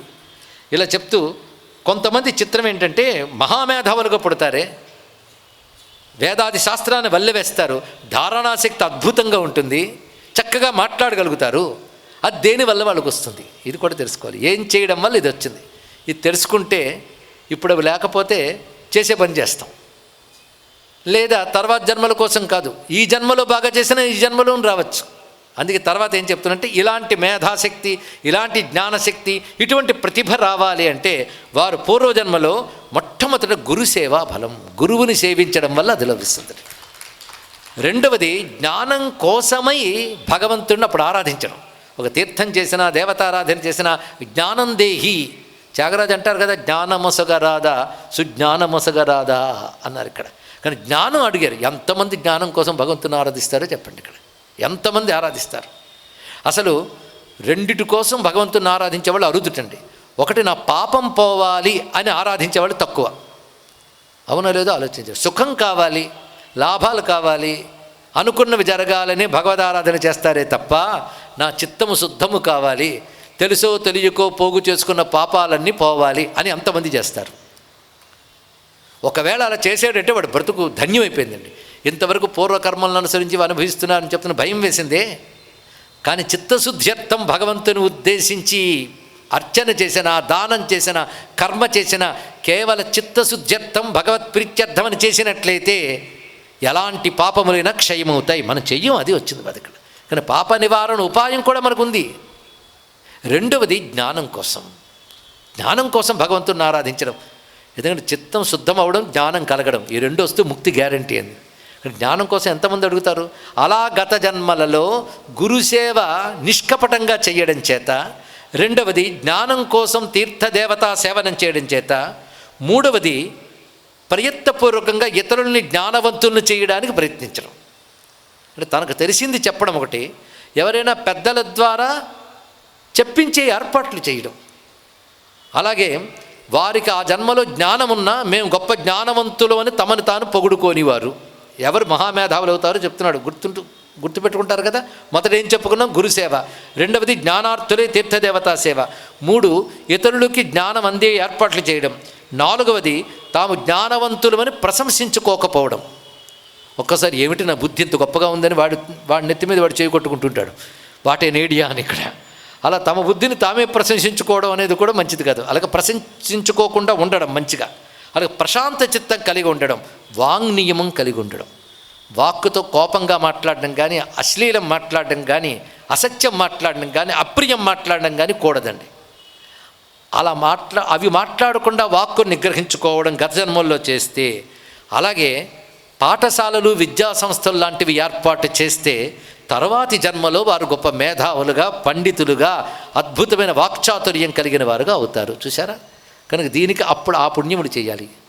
ఇవి తెలుసుకోగలిగితే ఇలాంటి సత్కార్యములు ఈ జన్మలో చేసే ప్రయత్నం చేస్తారు ఎవరైనా. మరొకటి ఏమిటంటే, కొంతమంది ఎంత ప్రయత్నించినా పాండిత్యం, జ్ఞానం, బుద్ధి రాదు. అవునా లేదా? ఎన్ని ప్రైవేట్ క్లాసులు పెట్టే జ్ఞానం రాదు. అదేమిటో. ఎంత నేర్చుకున్న కొన్ని పాఠాలు రావు, కష్టంగా ఉంటాయి. ఉత్సాహం అయితే ఉండదు, కానీ ఎంత నేర్చుకుని డబ్బు ఖర్చు పెట్టినా, శరీరం ఖర్చు పెట్టినా, ప్రయాణాలు చేసినా రావుట. ఎందువల్ల? ఇది తెలుసుకోవాలి ఇక్కడ. దీన్ని బట్టి ఇప్పుడు జ్ఞానం ఉన్నవాళ్ళు ఎంత జాగ్రత్తగా ఉండాలో హెచ్చరిక దిలో కనబడుతుంది. పూర్వజన్మలో వాడు గొప్ప జ్ఞాని అయి ఉంటాడు. ఎవడు? ఇప్పుడు ఈ పరమమూర్ఖుడు, చదువు వంటబట్టిన వాడు. పూర్వజన్మలో గొప్ప జ్ఞాని, కానీ జ్ఞానంతో పాటు గర్వం ఉన్నట్లయితే, తమని తాము పొగుడుకున్నట్లయితే, కొంతమందికి అవతల పొగుడుతాడో లేడో అని బాధ, అందుకు వాడే చెప్పుకుంటుంటాడు పాపం. కనుక తన్ను తాను పొగుడుకున్నట్లయితే, మూడవది జ్ఞానం ఉందన్న అహంకారంతో పెద్ద, చిన్న, కింద, మీద కనబడకుండా ప్రవర్తించినట్లయితే, తనకంటే జ్ఞానులను చూసి అసూయ కలిగితే, ఇది చాలా బాధాకరమైన విషయం అండి ఇక్కడ. అందుకే ఒక విద్వాంసుడు మరో విద్వాంసుడిని అంగీకరించలేట. ఇది చాలా బాధాకరమైన లక్షణం. అందుకే భగవంతుని ప్రార్థించాలి, విద్యతో పాటు అసూయ లేకుండా ఉండే గుణం ఇవ్వవి అని అడగాలండి. ఇక్కడ చాలా ప్రమాదకరం అండి. ఇక్కడ యాచకుడే శత్రువు అన్నట్లు విద్వాంసుడు శత్రువుట. ఒక విద్వాంసుడి దగ్గరికి వెళ్ళి, ఆ మహాపండితుడు వాడి గురించి చెప్పకు, వాడు పాండిత్యం ఏంటో నాకు తెలుసు, దేనికి పనికిరాడు, నాకు తెలిసిన లేవన్నట్టు వీడు. ఇది వెళ్ళి అక్కడికి వెళ్ళేట్టాం. ఆయన మీ గురించి ఇలా అన్నాడండి అని చెప్పాడు. కొందరు శిష్యులు అలా ఉంటూ ఉంటారులేండి. పలానా ఆయన మీ గురించి ఇలా అన్నాడు, మీకేమీ తెలియదని. వాడు ఆ మూర్ఖుడా, వాడికి అంతకంటే ఏమీ తెలియదని నేను చెప్పాను పో అన్నాడు. ఇక్కడ నాకు కూడా తెలిసిందన్నాడు. ఏంటంటే మీ ఇద్దరికీ ఏమీ తెలియదు అనే విషయం నాకు తెలిసిందని చెప్పాడు. ఇక్కడ ఇలా ఉంటూ ఉంటారు పాండిత్యంలో. ఇది అసూయాజనితంట. అందుకే ఎప్పుడు అసూయ కూడదండి. ఒకే రంగంలో ఇద్దరు పండితులు ఉన్నప్పుడు వాడిని చూసి వీడు అసూయపడ్డం, అసూయలు అక్కడితో ఆగవు, కుటుంబాలకు కూడా వచ్చేస్తాయి. అది బాధాకరమైన అంశం. కనుక అసూయ అనేటటువంటిది ఉన్న ఎన్ని దుర్లక్షణాలు చూడండి. జ్ఞానం ఉంటుంది కానీ గర్వము, తమను పొగుడుకోవడం అంటే ఆత్మస్థుతి, జ్ఞానం ఉందని అహంకారంతో ముందు వెనక చూడకుండా ప్రవర్తించడం. నాలుగవది, తనకంటే అధికంగా ఎవరైనా జ్ఞానం చూపిస్తే, వాడు అద్భుతమైన పాండిత్యం చూపిస్తే, అది నాకు స్ఫురించలేదే అనే బదులు వాడి మీద అసూయ వచ్చి, తనకంటే గొప్పగా చెప్పాడు కదా అని అసూయ ఎంత ప్రమాదకారంటే, నేనున్న కాలంలో నాకంటే గొప్పవాడు ఉండడం ఏంటి, వాడు రేపు పాప పోతే బాగుండని కూడా దుర్భావాలు కలుగుతుంటాయి. ఇది ఆలోచించవలసిన అంశం. ఇది మొజార్టో అని ఒక మహాసంగీతకారుడు జీవిత చరిత్రని ఒక హాలీవుడ్లో ఫిల్మ్గా తీశారు. ఆయనకి విద్య నేర్పిన సంగీతకారుడు తనను మించిన సంగతులు శిష్యుడు వేస్తూ ఉంటే ఆయనకు అసూయ కలిగి ఏ విధంగా ప్రవర్తిస్తాడని నన్ను చూపిస్తారండి. చరిత్ర జరిగినది ఇక్కడ. అందుకే ఎప్పుడూ కూడాను జ్ఞానంలో తనకంట అధికంగా ఉన్నవాడిని చూసి అసూయ పడకూడదు. ఇది చాలా విశేషం. తెలుగులో కూడా ఒక చిత్రం వచ్చింది, స్వాతికిరణం, పరిశీలించాను. అంటే అసూయ ఎంత చెడ్డది, బయట పడవు కానీ ఆ లోపల తమకు తామే చెక్ పెట్టుకోవాలి ఇక్కడ. అందుకే అసూయ కలిగిన ఇతరులను సహించలేకపోవడం, అవతల వాడు గొప్పతనాన్ని సహించలేకపోవడం ఒకటి. అటువంటి వాళ్ళు మరణించిన తర్వాత జన్మల్లో, వెంటనే జన్మ కాదండి, తర్వాత జన్మల్లో దీని ఫలితంగా వాళ్ళు మూర్ఖులుగా పుడతారు. వాళ్ళు ఎంతైనా తెలివి నేర్చుకోలేరు, మూర్ఖులుగానే దద్దమ్మలుగానే గడుస్తాయి వాళ్ళ జీవితంలో. ఇలా చెప్తూ తర్వాత అమ్మవారు ఉన్నటువంటి విషయం ఏంటంటే, రకరకాల భోగభాగ్యాలు కలగడానికి కావలసిన ప్రవర్తనలు ఇవన్నీ నువ్వు చాలా తెలియజేశావు. చిత్రం ఏంటంటే అన్నీ అవన్నట్టు కొన్ని జీవితాలు ఉంటాయని చెప్తాం, నేను వెతికితే అందులో కూడా దోషాలు కనబడతాయి. కానీ కొందరి చిత్రం ఏంటంటే వాళ్ళ ఇంట్లో అత్తాకోడళ్ళు ఎప్పుడు సఖ్యంగా ఉంటారు, గొడవలు రావు, తోడికోడళ్ళు ఆనందంగా మిసులుతూ ఉంటారు, అన్నదమ్ముల మధ్య స్పర్ధ రాదు. చిత్రం ఏంటంటే ఒక్కడికి రోగాలు రావు, కొందరికి అలా ఉంటే ఇంట్లో రోగాలు ఉండవు. ఇంత హాయిగా కొందరు చూడండి అసలు ఏ రోగాలు ఉండవు, నూరేళ్ళు వస్తున్న చొప్పున గెంతుకుంటారు. కొంతమంది ఎన్నో పుణ్యాలు కర్మలు చేసిన వాళ్ళు ఉంటారు కనుక వాడు ఎప్పుడూ ఏదో అనారోగ్యమే. ఇలాంటివి ఎందుకు తేడాలు కనబడుతుంటాయి అంటే ఇవన్నీ కూడా పూర్వకర్మ ఫలమనేనా, ఏ కర్మకి ఏ ఫలమో చెప్పడం దీని యొక్క ప్రత్యేకత. అది చెప్తూ పూర్వజన్మల్లో వారు గొప్పవారైనా కాకపోయినా వారు సత్ప్రవర్తన వల్ల తమకు ఉన్నా లేకపోయినా పాండిత్యాన్ని గౌరవించడం వల్ల, చూడండి ఇక్కడ పాండిత్యాన్ని గౌరవించడం వల్ల, పరుల మనస్సుల్ని గ్రహించి వారిని బాధ పెట్టకుండా ఉండడం వల్ల, దానం చేయాలనే సంకల్పం దృఢంగా ఉండడం వల్ల, మృదు ప్రవర్తన వల్ల వాళ్ళు తర్వాత జన్మలో స్వర్గాది సుఖములు అనుభవించి తర్వాత జన్మలో సర్వశుభాలు అనుభవిస్తూ ఉంటారు. ఇలా చెప్తూ అలాంటి వారికి బలం, ఆయువు, అధికారం, సంపద, కులం, పాండిత్యం అన్నీ లభిస్తాయి అన్నాడు. అన్నీ అమరిపోతాయండి. ఉత్తమమైన కుటుంబంలో పుడతాడు, ఆయుష్ ఉంటుంది, అధికారం ఉంటుంది, సంపద ఉంటుంది, పాండిత్యం అన్నీ ఉంటాయి. అదేమిటో కొందరు మంచి పాండిత్యం ఉంటుంది, బోళ్ళతో డబ్బు ఉంటుంది, శరీరంలో ఆరోగ్యం ఉంటుంది, ఇంట్లో అందరూ అనుకూలంగా ఉంటారు, ఒక్క ప్రతికూలత కూడా ఉండదు. ఇవన్నీ ఈ పుణ్యకార్యములన్నీ కలిసికట్టుగా చేయడం వల్ల వస్తుంది. ఒక్క మాటలో చెప్తున్నాను పార్వతి, ఒక్క 2 చాలు అన్ని శుభాలు ఇవ్వడానికి. 2 చాలుట. తపోదానమయం సర్వం ఇతి విద్ధి శుభాననే. తపస్సు, దానము ఈ 2 జీవితంలో అత్యంత ముఖ్యము. గుర్తుపెట్టుకోండి. తపస్సు, దానం ఈ 2 గుర్తుపెట్టుకోండి చాలు ఇక్కడ. కనుక వేదంలో స్వాధ్యాయం తపస్సు, జపము తపస్సు, ఇన్ని తపస్సులు అంటే ఏంటో చెప్తుంది. ఈ తపస్సులు చేయగలగాలి. ఉత్తమ శాస్త్రాలను అధ్యయనం చేయడం, శ్రవణం చేయడం కూడా తపస్సే. జపం తపస్సు, అర్చన తపస్సు, త్యాగబుద్ధితో ఉండడం తపస్సు, సంతృప్తిగా జీవించడం కూడా తపస్సే. ఇలాంటి సత్ప్రవర్తన నియమపాలన తపస్సు. ఒక్క మాటలో చెప్పాలంటే అదొకటి. రెండవది దానం. ఈ రెండిటికి సమానమైనవి మరొకటి లేదు ఈ జగత్తులో. ఆ 2 ఉన్నవాడు అన్నీ సాధించగలడు. ఇది తపస్సు, దానం అనేటువంటిది అని చెప్తూ మరొక మాట. కొంతమంది బ్రతుకులు ఎలా ఉంటాయంటే వాళ్ళ దురదృష్టాలు చూస్తే బాధగా ఉంటుంది. వాడికి దానం చేయడానికి డబ్బు ఉండదు, భోగం అనిపించడానికి డబ్బు ఉండదు, భయాలు కావలసినవి ఉంటాయి, వ్యాధి, ఆకలి, భయం, వీడితో అల్లల్లాడిపోతుంటాడు. చిత్రం ఏంటంటే భార్యల చేత పరాభవింపబడుతూ ఉంటారు, విఘ్నాలు వస్తూ ఉంటాయి. ఎందువల్ల అంటే గత జన్మల్లో రాక్షస భావంతో ఎవరుంటారో, క్రోధం స్వభావంగా ఎవరుంటారో, దురాశతో ఎవరు బ్రతుకుతారో, అలాగే అన్నాదులు ఎవరికి ఇవ్వకుండా ఎవరుంటారో, శుభకార్యాలు ఆచరించరో, నాస్తికులై ఎవరుంటారో, దుర్మార్గులై ఉంటారో, మూర్ఖులై ఉంటారో, స్వార్థపరాయణులు ఉంటారు. ఏది చేసినా నాకేమిటి అని మాత్రమే ఆలోచిస్తారు. ఇంకోటి పట్ల కన్సర్న్ ఉండదండి. నాకేం ప్రయోజనం, నాది అని మాత్రం ఆలోచించేటువంటి వారు, పరుల్ని బాధించేవారు ముందు నరకాలన్నీ చూసి తర్వాతి జన్మల్లో నువ్వు చెప్పిన వాళ్ళుగా పుడతారు. అంటే అర్థం ఏంటి? దురదృష్టవంతులు నెంబర్ 1. వాళ్ళకి ఇంట్లో ఎవరి ఆధారణ ఉండదు. ఇలాంటి పరిస్థితులు ఉంటాయి సుమా. నేను చెప్పాల్సిందే చెప్పాను, ఇంకేమైనా అడగాలనుకుంటున్నావా అన్నాడు ఇక్కడ. అనగానే అమ్మవారు మరొక మాట అన్నారు. కొంత గుడ్డివారి గురించి కొంత చెప్పావు నువ్వు నాకు. ఈ జ్ఞానేంద్రియాలు సరిగ్గా పనిచేయని వాళ్ళ గురించి మరొకరిని అడుగుతుంది ఆవిడ. జ్ఞానేంద్రియాలంటే తెలిసినవిగా కన్ను, నోరు ఇత్యాదులన్నీ, వాటి గురించి చెప్తున్నాడు. కామం కోసం పడిగాపులు పడుతూ కొందరు వెనకాల తిరుగుతుంటారు, స్త్రీల వెనకాల. వాళ్ళు పరస్త్రీల్ని కామదృష్టితో చూసేవారు. అలా క్రోధంతో ఎప్పుడు ఇంకొకరిని చూసేవారు, క్రోధ దృష్టితోనే చూస్తూ ఉన్నటువంటి వారు, దురాశతో ఇంకొన్ని చూసేవారు, ఇతరుల నేత్రాలకి దెబ్బతీసేవారు. పైగా ఒకటి కనబడుతుంటే ఇంకొకటి చెప్పేవారట. కంటికి కనబడుతోంది ఒకటి, దాని విరుద్ధంగా మాట్లాడతారు స్వార్థం కోసం. అలాంటి వారు అంటే తారుమారుగా మాట్లాడేటవారు. అయథావత్ ప్రదర్శకాహ, ఒకటి కనబడుతుంటే మరొకటి చెప్పేటటువంటి వారు. ఇలాంటి వారు తర్వాత జన్మల్లో పుట్టుగుడ్డివారైనా పుట్టాక గుడ్డివారైనా అవుతారు. అంతేకాదు వీరి కంటి రోగాలు కూడా దాపురిస్తాయి. కొంతకాలానికి కళ్ళు కనబడకపోవడం లాంటివి కూడా ఒకప్పుడు ఆ చేసిన కర్మల ప్రభావం వల్ల వస్తూ ఉంటాయి. ముఖ రోగాలు కూడా, దంతాలు, చెక్కిళ్ళు, కంఠం మొదలైన వ్యాధులతో కొందరు బాధపడుతుంటారు.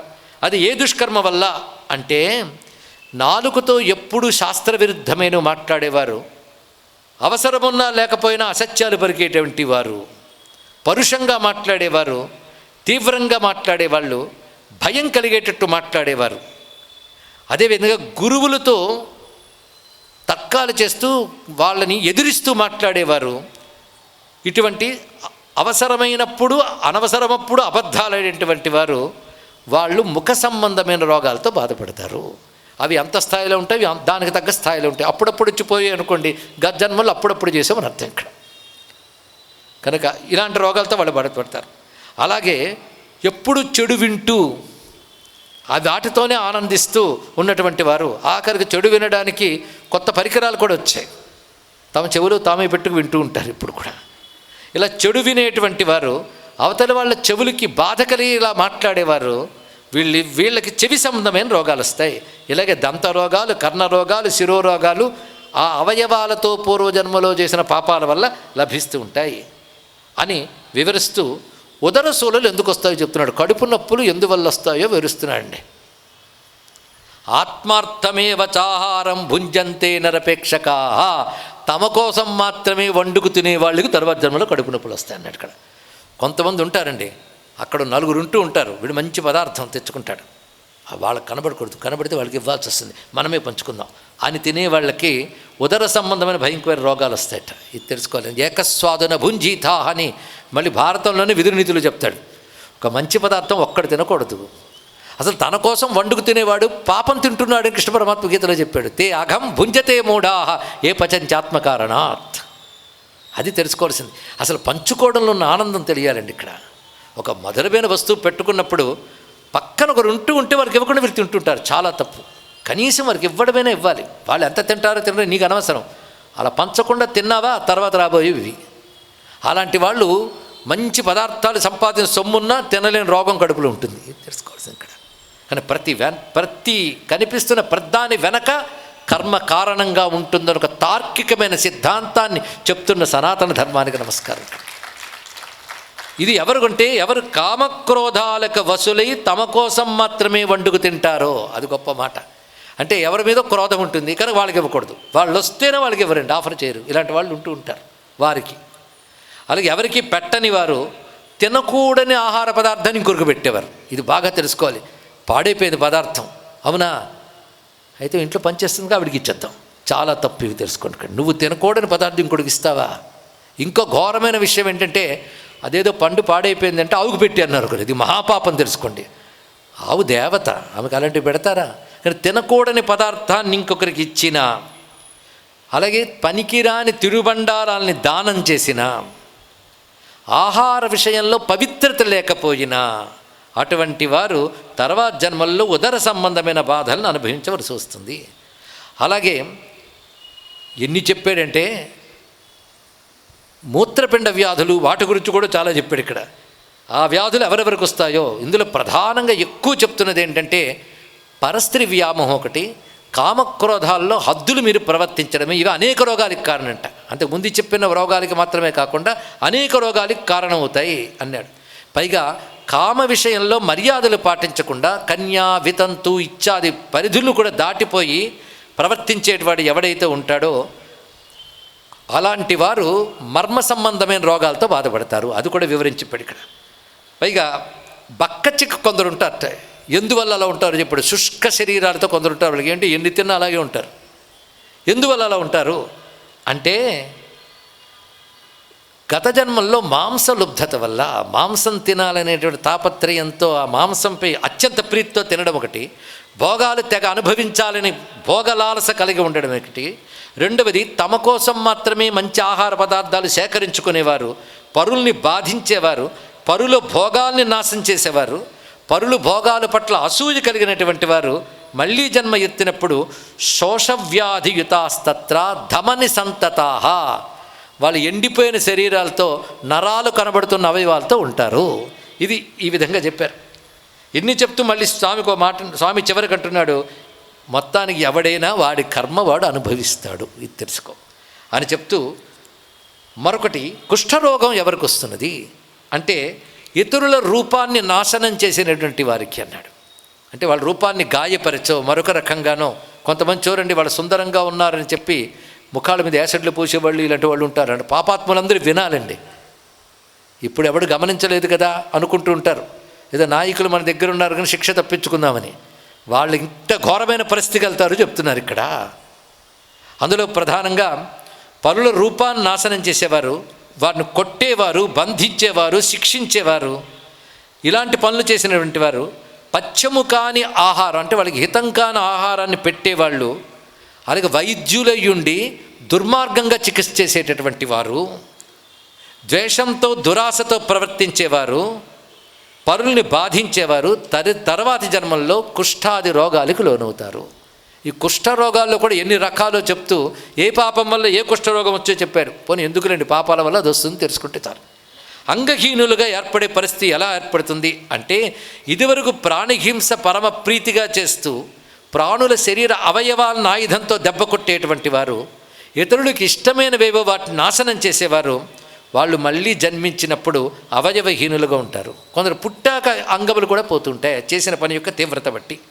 అలాగే కణుతులతో పుట్టేవాళ్ళు, బోధకాళ్లతో ఉండేవారు, వాళ్ళు ఎలా వస్తారు అంటే ఇతరులని గుద్దులతో పిడిగుద్దులతోనూ కొట్టడం, నరకడం ఇలాంటి పనులు చేసేవారు, శూలాలతో పొడిచేవారు, ఇతరులను చీల్చి చెండాడేవాళ్ళు, ఇలాంటి పనులు చేసేవారికి ఆ రోగములు వస్తాయి అని చెప్తున్నాడు ఇక్కడ. అలాగే పాదరోగాలు ఎవరికి వస్తాయో చెప్తున్నాడు. పాదరోగములు ఏదో ఒక రోగం పాదానికి వస్తూ ఉంటుంది. ఆ రోగాలు ఎవరికి అంటే దేవతాస్థానాన్ని పాదాలతో తన్నేవారు, మోకాళ్లతో మడమలతో ప్రాణులను కొట్టేవారు, క్రోధంతో దురాశతో ప్రవర్తించేవారు తర్వాత జన్మల్లో పాదరోగాలతో వస్తారు. చిత్రం ఏంటంటే కొందరికి వాత రోగాలు, పిత్త రోగాలు, సన్నిపాత రోగాలు ఇలాంటివి కలిసి వస్తుంటాయి. దేనివల్ల అంటే గురువుల్ని ద్వేషించడం అనే భయంకర కారణం చేత వస్తుంటాయి. గురువుల పట్ల అనుచితంగా ప్రవర్తించడం. గురువులంటే పెద్దవారు, వారి పట్ల అనుచితం. గురువులంటే తల్లి, తండ్రి, ఆచార్యుడు, ఇది ప్రధానం. ఇంకా చాలా చెప్తారులేండి, విద్య నేర్పేవాడు. ఇలా ఈ గురువుల పట్ల అనుచితంగా ప్రవర్తించినటువంటి వారు త్రికరణాలతో ఇంకొకరిని దుఃఖం కలిగిస్తూ కొయ్యడం, నరకడం లాంటి పనులు చేసేవారు ఈ పై చెప్పిన రోగాలకు లోనవుతారు. అలాగే కొందరు పొట్టివారుగా ఎందుకు పుడతారు, కొందరు మంచి ఆకారాలతో ఎందుకు పుడతారు అంటే పూర్వజన్మల్లో దురాశతో క్రయ విక్రయాల్లో మోసం చేసేవారు అన్నారు ఇక్కడ. అమ్మకాలు కొనుగోళ్లలో మోసం చేసేవాళ్ళు, తూకాల్లో తప్పు చేసేటువంటి వారు. మానాన్ వికుర్వంతి క్రయ విక్రయ కారణ తులాదోషం తాసులో తూచేటప్పుడు కొలతల్లో తారుమారు చేసి అమ్ముతుంటారే, అటువంటి వారు ఇలాంటి గూనివారుగాను, పొట్టివారుగాను, ఇంకా మరుగుజ్జులుగాను. కొంత పొట్టితనం పర్వాలేదు, అది వేరే విషయం. చిత్రం ఏంటంటే అలా ఉన్న ఆకర్షింపబడతారంటే ఆ పుణ్యాలు ముందే చెప్పుకున్నాం మనం ఇక్కడ. కానీ గూనివారుగా పుట్టడం, మరుగుజ్జులుగా పుట్టడం అనేది ఇలాంటి కాటాలలో తూచేటప్పుడు చేసినటువంటి బరువుల్లో మోసాల వల్ల, మాంసాహార ప్రీతి వల్ల ఆకృతిలో లోపాలు వస్తాయి ఇక్కడ అని కూడా వివరించి చెప్తున్నాడు. ఇలా అనేకములు చెప్తూ కొందరికి సంతతి కలగదు, కొందరు కలిగిన సంతానం వల్ల బాధపడుతుంటారు. ఈ రెండు, సంతతి కలగలేదని బాధపడతారు, కలిగిన సంతానంతో నిరంతరం బాధపడుతుంటారు. అవి రకరకాల బాధలు. ఇవి ఎందువల్ల వస్తాయి అంటే ఇదివరలో పిల్లల్ని, పశువుల్ని, పక్షుల్ని చంపినటువంటి పాపాత్ములకి ఇటువంటి స్థితి వస్తుంది. అలాగే గురుద్వేష ఫలితాలు ఇదొకటి. చూడండి, కొన్ని పాపాల్లో గురుద్వేషం వస్తుంది కంటిన్యూగా. గురువుల్ని ద్వేషించేవారు, ఇతరులకు పిల్లలు కలిగితే వాళ్ళని చూసి అసూయపడేవారు. అలాగే శ్రాద్ధాది కర్మలు పరిత్యజించి పితృకర్మలు నిర్వహించని వారు, పితృపూజలు చెయ్యనటువంటి వారికి సంతానం కలగకపోవడము, కలిగిన సంతానం వల్ల దుఃఖమో ఏర్పడుతుంది. వికృత సంతానం కలగడమో లేదా సంతానం ప్రతికూలంగా ప్రవర్తించడమో, సంతాన జనితమైన దుఃఖ కారణాలలో శ్రాద్ధ కర్మలు సరిగ్గా చేయకపోవడం కూడా ఒకటి తెలుసుకోండి. ఇక్కడ మంచి సంతానం వృద్ధి చెందాలి. అయితే ఇప్పుడు మనకి అవన్నీ చేయకపోయినా బాగున్నామంటే ఇరువరికి పుణ్య విశేషాల వల్ల ఇప్పుడు వచ్చి ఉండవచ్చుగాక, కానీ ఇప్పుడు చేస్తున్న నిర్లక్ష్యాల వల్ల రాబోయే జన్మలు అవన్నీ డిసైడ్ అయిపోవాల్సింది. ఇక్కడ ఇవాళ బాగున్నాం, కొందరు అంటూ ఉంటారు ఏమీ చేయకపోయినా వాడు బాగున్నాడంటే ఇదివరకు చేసిన వాటి వాళ్ళు ఉన్నాడు. ఇప్పుడు అసలు ఏమీ చేయట్లేదు కనుక వాడు తర్వాత కూడా ఇక్కడ చెప్పేసినట్టు లెక్క. ఇక్కడ ఈ విధంగా వివరిస్తూ సంతతి విషయంలో చెప్పాడు. కొంతమంది ఇంట్లో ఎప్పుడు ఉద్విగ్నత ఉంటుంది, ఇళ్లలో ఉండబుద్ధి వేయదు. ఏమి చెప్తున్నారు చూడండి, కష్టాలు ఇన్ని రకాలుగా ఉంటాయా అది పార్వతమ్మకి తెలుసు, ఆవిడ చెప్తోంది ఎన్ని రకాలు ఉంటాయి. కొందరు ఇళ్లల్లో ఎప్పుడు చూసినా సోద్వేగాశ్చ ఉద్వేగ వాస నిరతాహ, ఆ ఇళ్లల్లో ఎప్పుడూ ఉద్వేగమే, ఒకరికొకరు పడదు, అదేంటో తెలియదు. చిత్రం ఏంటంటే ఏ నియమం వాళ్ళు ఆచరించ ప్రయత్నించినా శోకానికే కారణమైపోతుంటుంది కొందరు ఇళ్లల్లో, అదేమిటో తెలియదు. దేనివల్ల అంటే లంచగొండితనం అనేది చేసిన దోషం చేత తర్వాత గృహాల్లో ఇటువంటి పరిస్థితి ఏర్పడుతుంది. ఉత్కోచన పరాయణ అని వేసాడు ఇక్కడ, అంటే లంచగొండితనం. అంతేకాదు పరుల మనసుని గాయపరచడం కొంచెం స్వభావంగా ఉంటుంది. పైగా అవతల వాళ్ళు రుణాలు మన దగ్గర తీసుకుంటే ఆ రుణాలు వాళ్ళకి ఇచ్చినప్పుడు వంచన చేస్తారు కొంతమంది. హఠాత్తుగా వడ్డీలు పెంచేయడం, వాళ్ళకి ఏమీ తెలియని తప్పుడు లెక్కలు రాయించేసుకోవడం, అలాగే రుణ విషయాల్లో తప్పులు చేసినా, అలాగే అరణ్యాల్లో తిరుగుతూ మృగాల్ని మొదలైనటువంటి భయపెట్టినా, ఇళ్లల్లో కుక్కలు పెంచుతూ ఇంటికొచ్చిన వారిని కుక్కల చేత భయపడేటట్టు చేసినా తర్వాతి జన్మలు ఎలా ఉంటాయని చెప్తున్నాడు ఇక్కడ. ఇవన్నీ నేను కల్పించాను అనొద్దండి బాబాయ్, ఇక్కడ ఉన్నది పూర్తిగా. ఏ స్వభిక్రీడమానశ్చ త్రాసయంతి వనే మృగాన్ ఏషాం గృహేషు వై శ్వానః త్రాసయంతి వృథా నరాన్. ఎవరి ఇంట్లో పెంచుకున్న కుక్కలు ఇంటికొచ్చిన వారిని అనవసరంగా భయపడుతూ అరుస్తాయో ఆ ఇంటి యజమాని తర్వాతి జన్మల్లో ఇలాంటి ఉద్వేగకరమైన కుటుంబాల్లో ఉంటాడు. ఇది చెప్తున్నారు ఇక్కడ.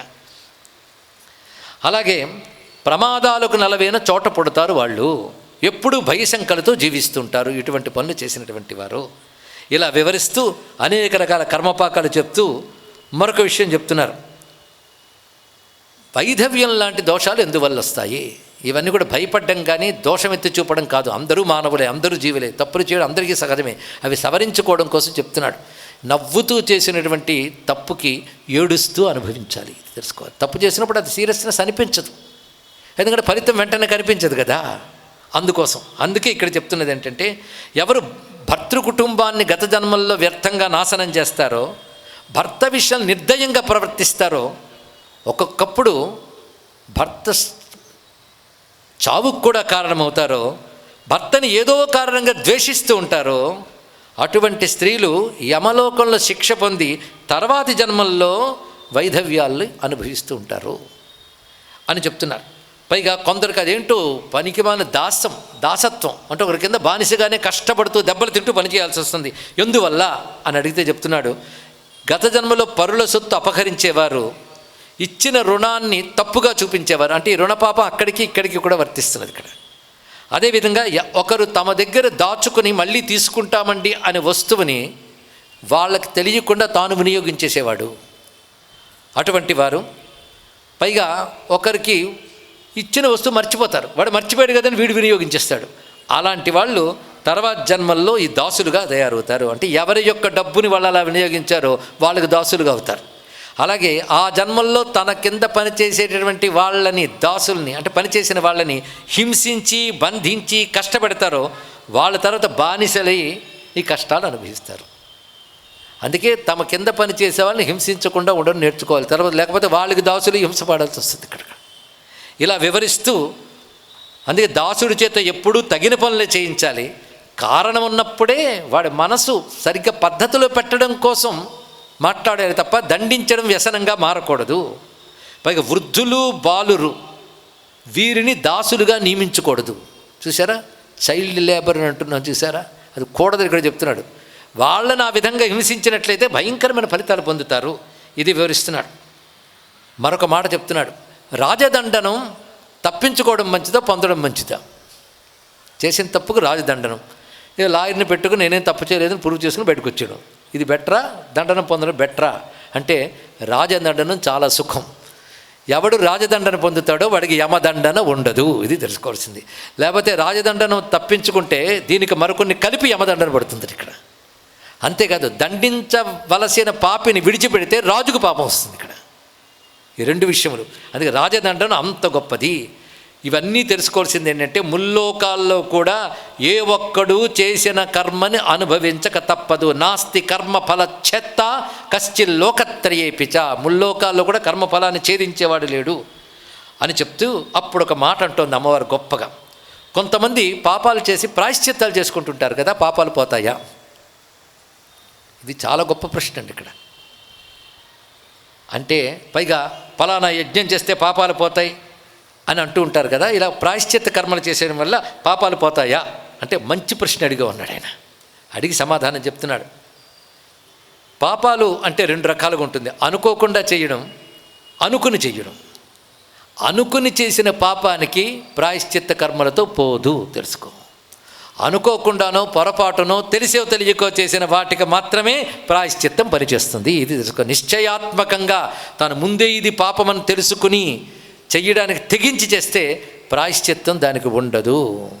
అనుకోకుండా తెలుసో తెలియకో చేసి తర్వాత తెలుసుకుంటే అప్పుడు ప్రాయశ్చిత్త కర్మ పనిచేస్తుంది ఇక్కడ. ఇది ప్రధానంగా చెప్పినటువంటి విషయం. అందుకే నిశ్చయించుకుని చేసిన దుష్కర్మకు నిష్కృతి లేదు. అభిసంధికృతస్యైవ నైవ నాశోస్తి కర్మణ అశ్వమేధ సహస్రైశ్చ ప్రాయశ్చిత్త శతైరపి. 100 కొలది ప్రాయశ్చిత్తాలు, 1000 కొలది అశ్వమేధాలు చేసిన నిశ్చయించుకుని మరీ చేసిన పాపానికి ప్రాయశ్చిత్తము లేదు. కనుక ప్రాయశ్చిత్త కర్మలు అనుకోకుండానో తెలిసి తెలియకో చేసిన వాటికి మాత్రమే ఉంటాయి సుమా అని ఇన్ని వివరిస్తున్నటువంటి వాడు మరొక విషయాన్ని చెప్తున్నాడు ఇక్కడ. పైగా విషం వల్ల, ఆయుధాల వల్ల మరణించే కొందరు జరుగుతుంది. అది దేనివల్ల అంటే గత జన్మల్లో తాను విషము ఆయుధ ప్రయోగం చేసి ఇంకొన్ని సంహరించిన వాడికి మాత్రమే ఈ జన్మలో విషం వల్ల, ఆయుధం వల్ల ప్రమాదములు ఏర్పడతాయి. మొత్తం లోకమంతా కర్మలతో అల్లబడి ఉంటుంది సుమా. ప్రతి చిన్న అనుభవం కూడా ఇదివరకు జన్మలలోని కర్మలతో అల్లినటువంటిదే అని చెప్తూ ఇంకొక ప్రశ్న అడుగుతూ అమ్మవారు, గ్రహ నక్షత్రాలు వీటి శాంతులు కొన్ని చేయించుకోవాలనుకుంటారు. నిజంగా గ్రహ నక్షత్రాలు సుఖదుఖాలను కలిగిస్తాయా? ఇది అడుగుతోంది అమ్మవారు. లోకే గ్రహకృతం సర్వా మత్వా కర్మ శుభాశుభం తదేవ గ్రహ నక్షత్రం ప్రాయస పర్యుపాసతే. కొంతమంది గ్రహ నక్షత్రాల వల్లే మనకు సుఖదుఖాలు కలుగుతున్నాయని గ్రహ నక్షత్రాలను ఉపాసన చేస్తారు, వాటి పూజలు ఇవన్నీ చేస్తారు. అవి ఎంతవరకు సమంజసం అంటే మళ్ళీ అంటున్నాడు, స్థానే సంశయితం. మంచి సందేహాన్ని చెప్పావు నువ్వు. నక్షత్రాలు గ్రహాలు చూసుకోవాలి. అవి మానవ జీవితంలో అనుభవించే శుభాశుభాల్ని సూచిస్తాయి. శుభాశుభ నివేదకాహ సూచిస్తాయే తప్ప అవి సుఖదుఖాలు కలిగించవు.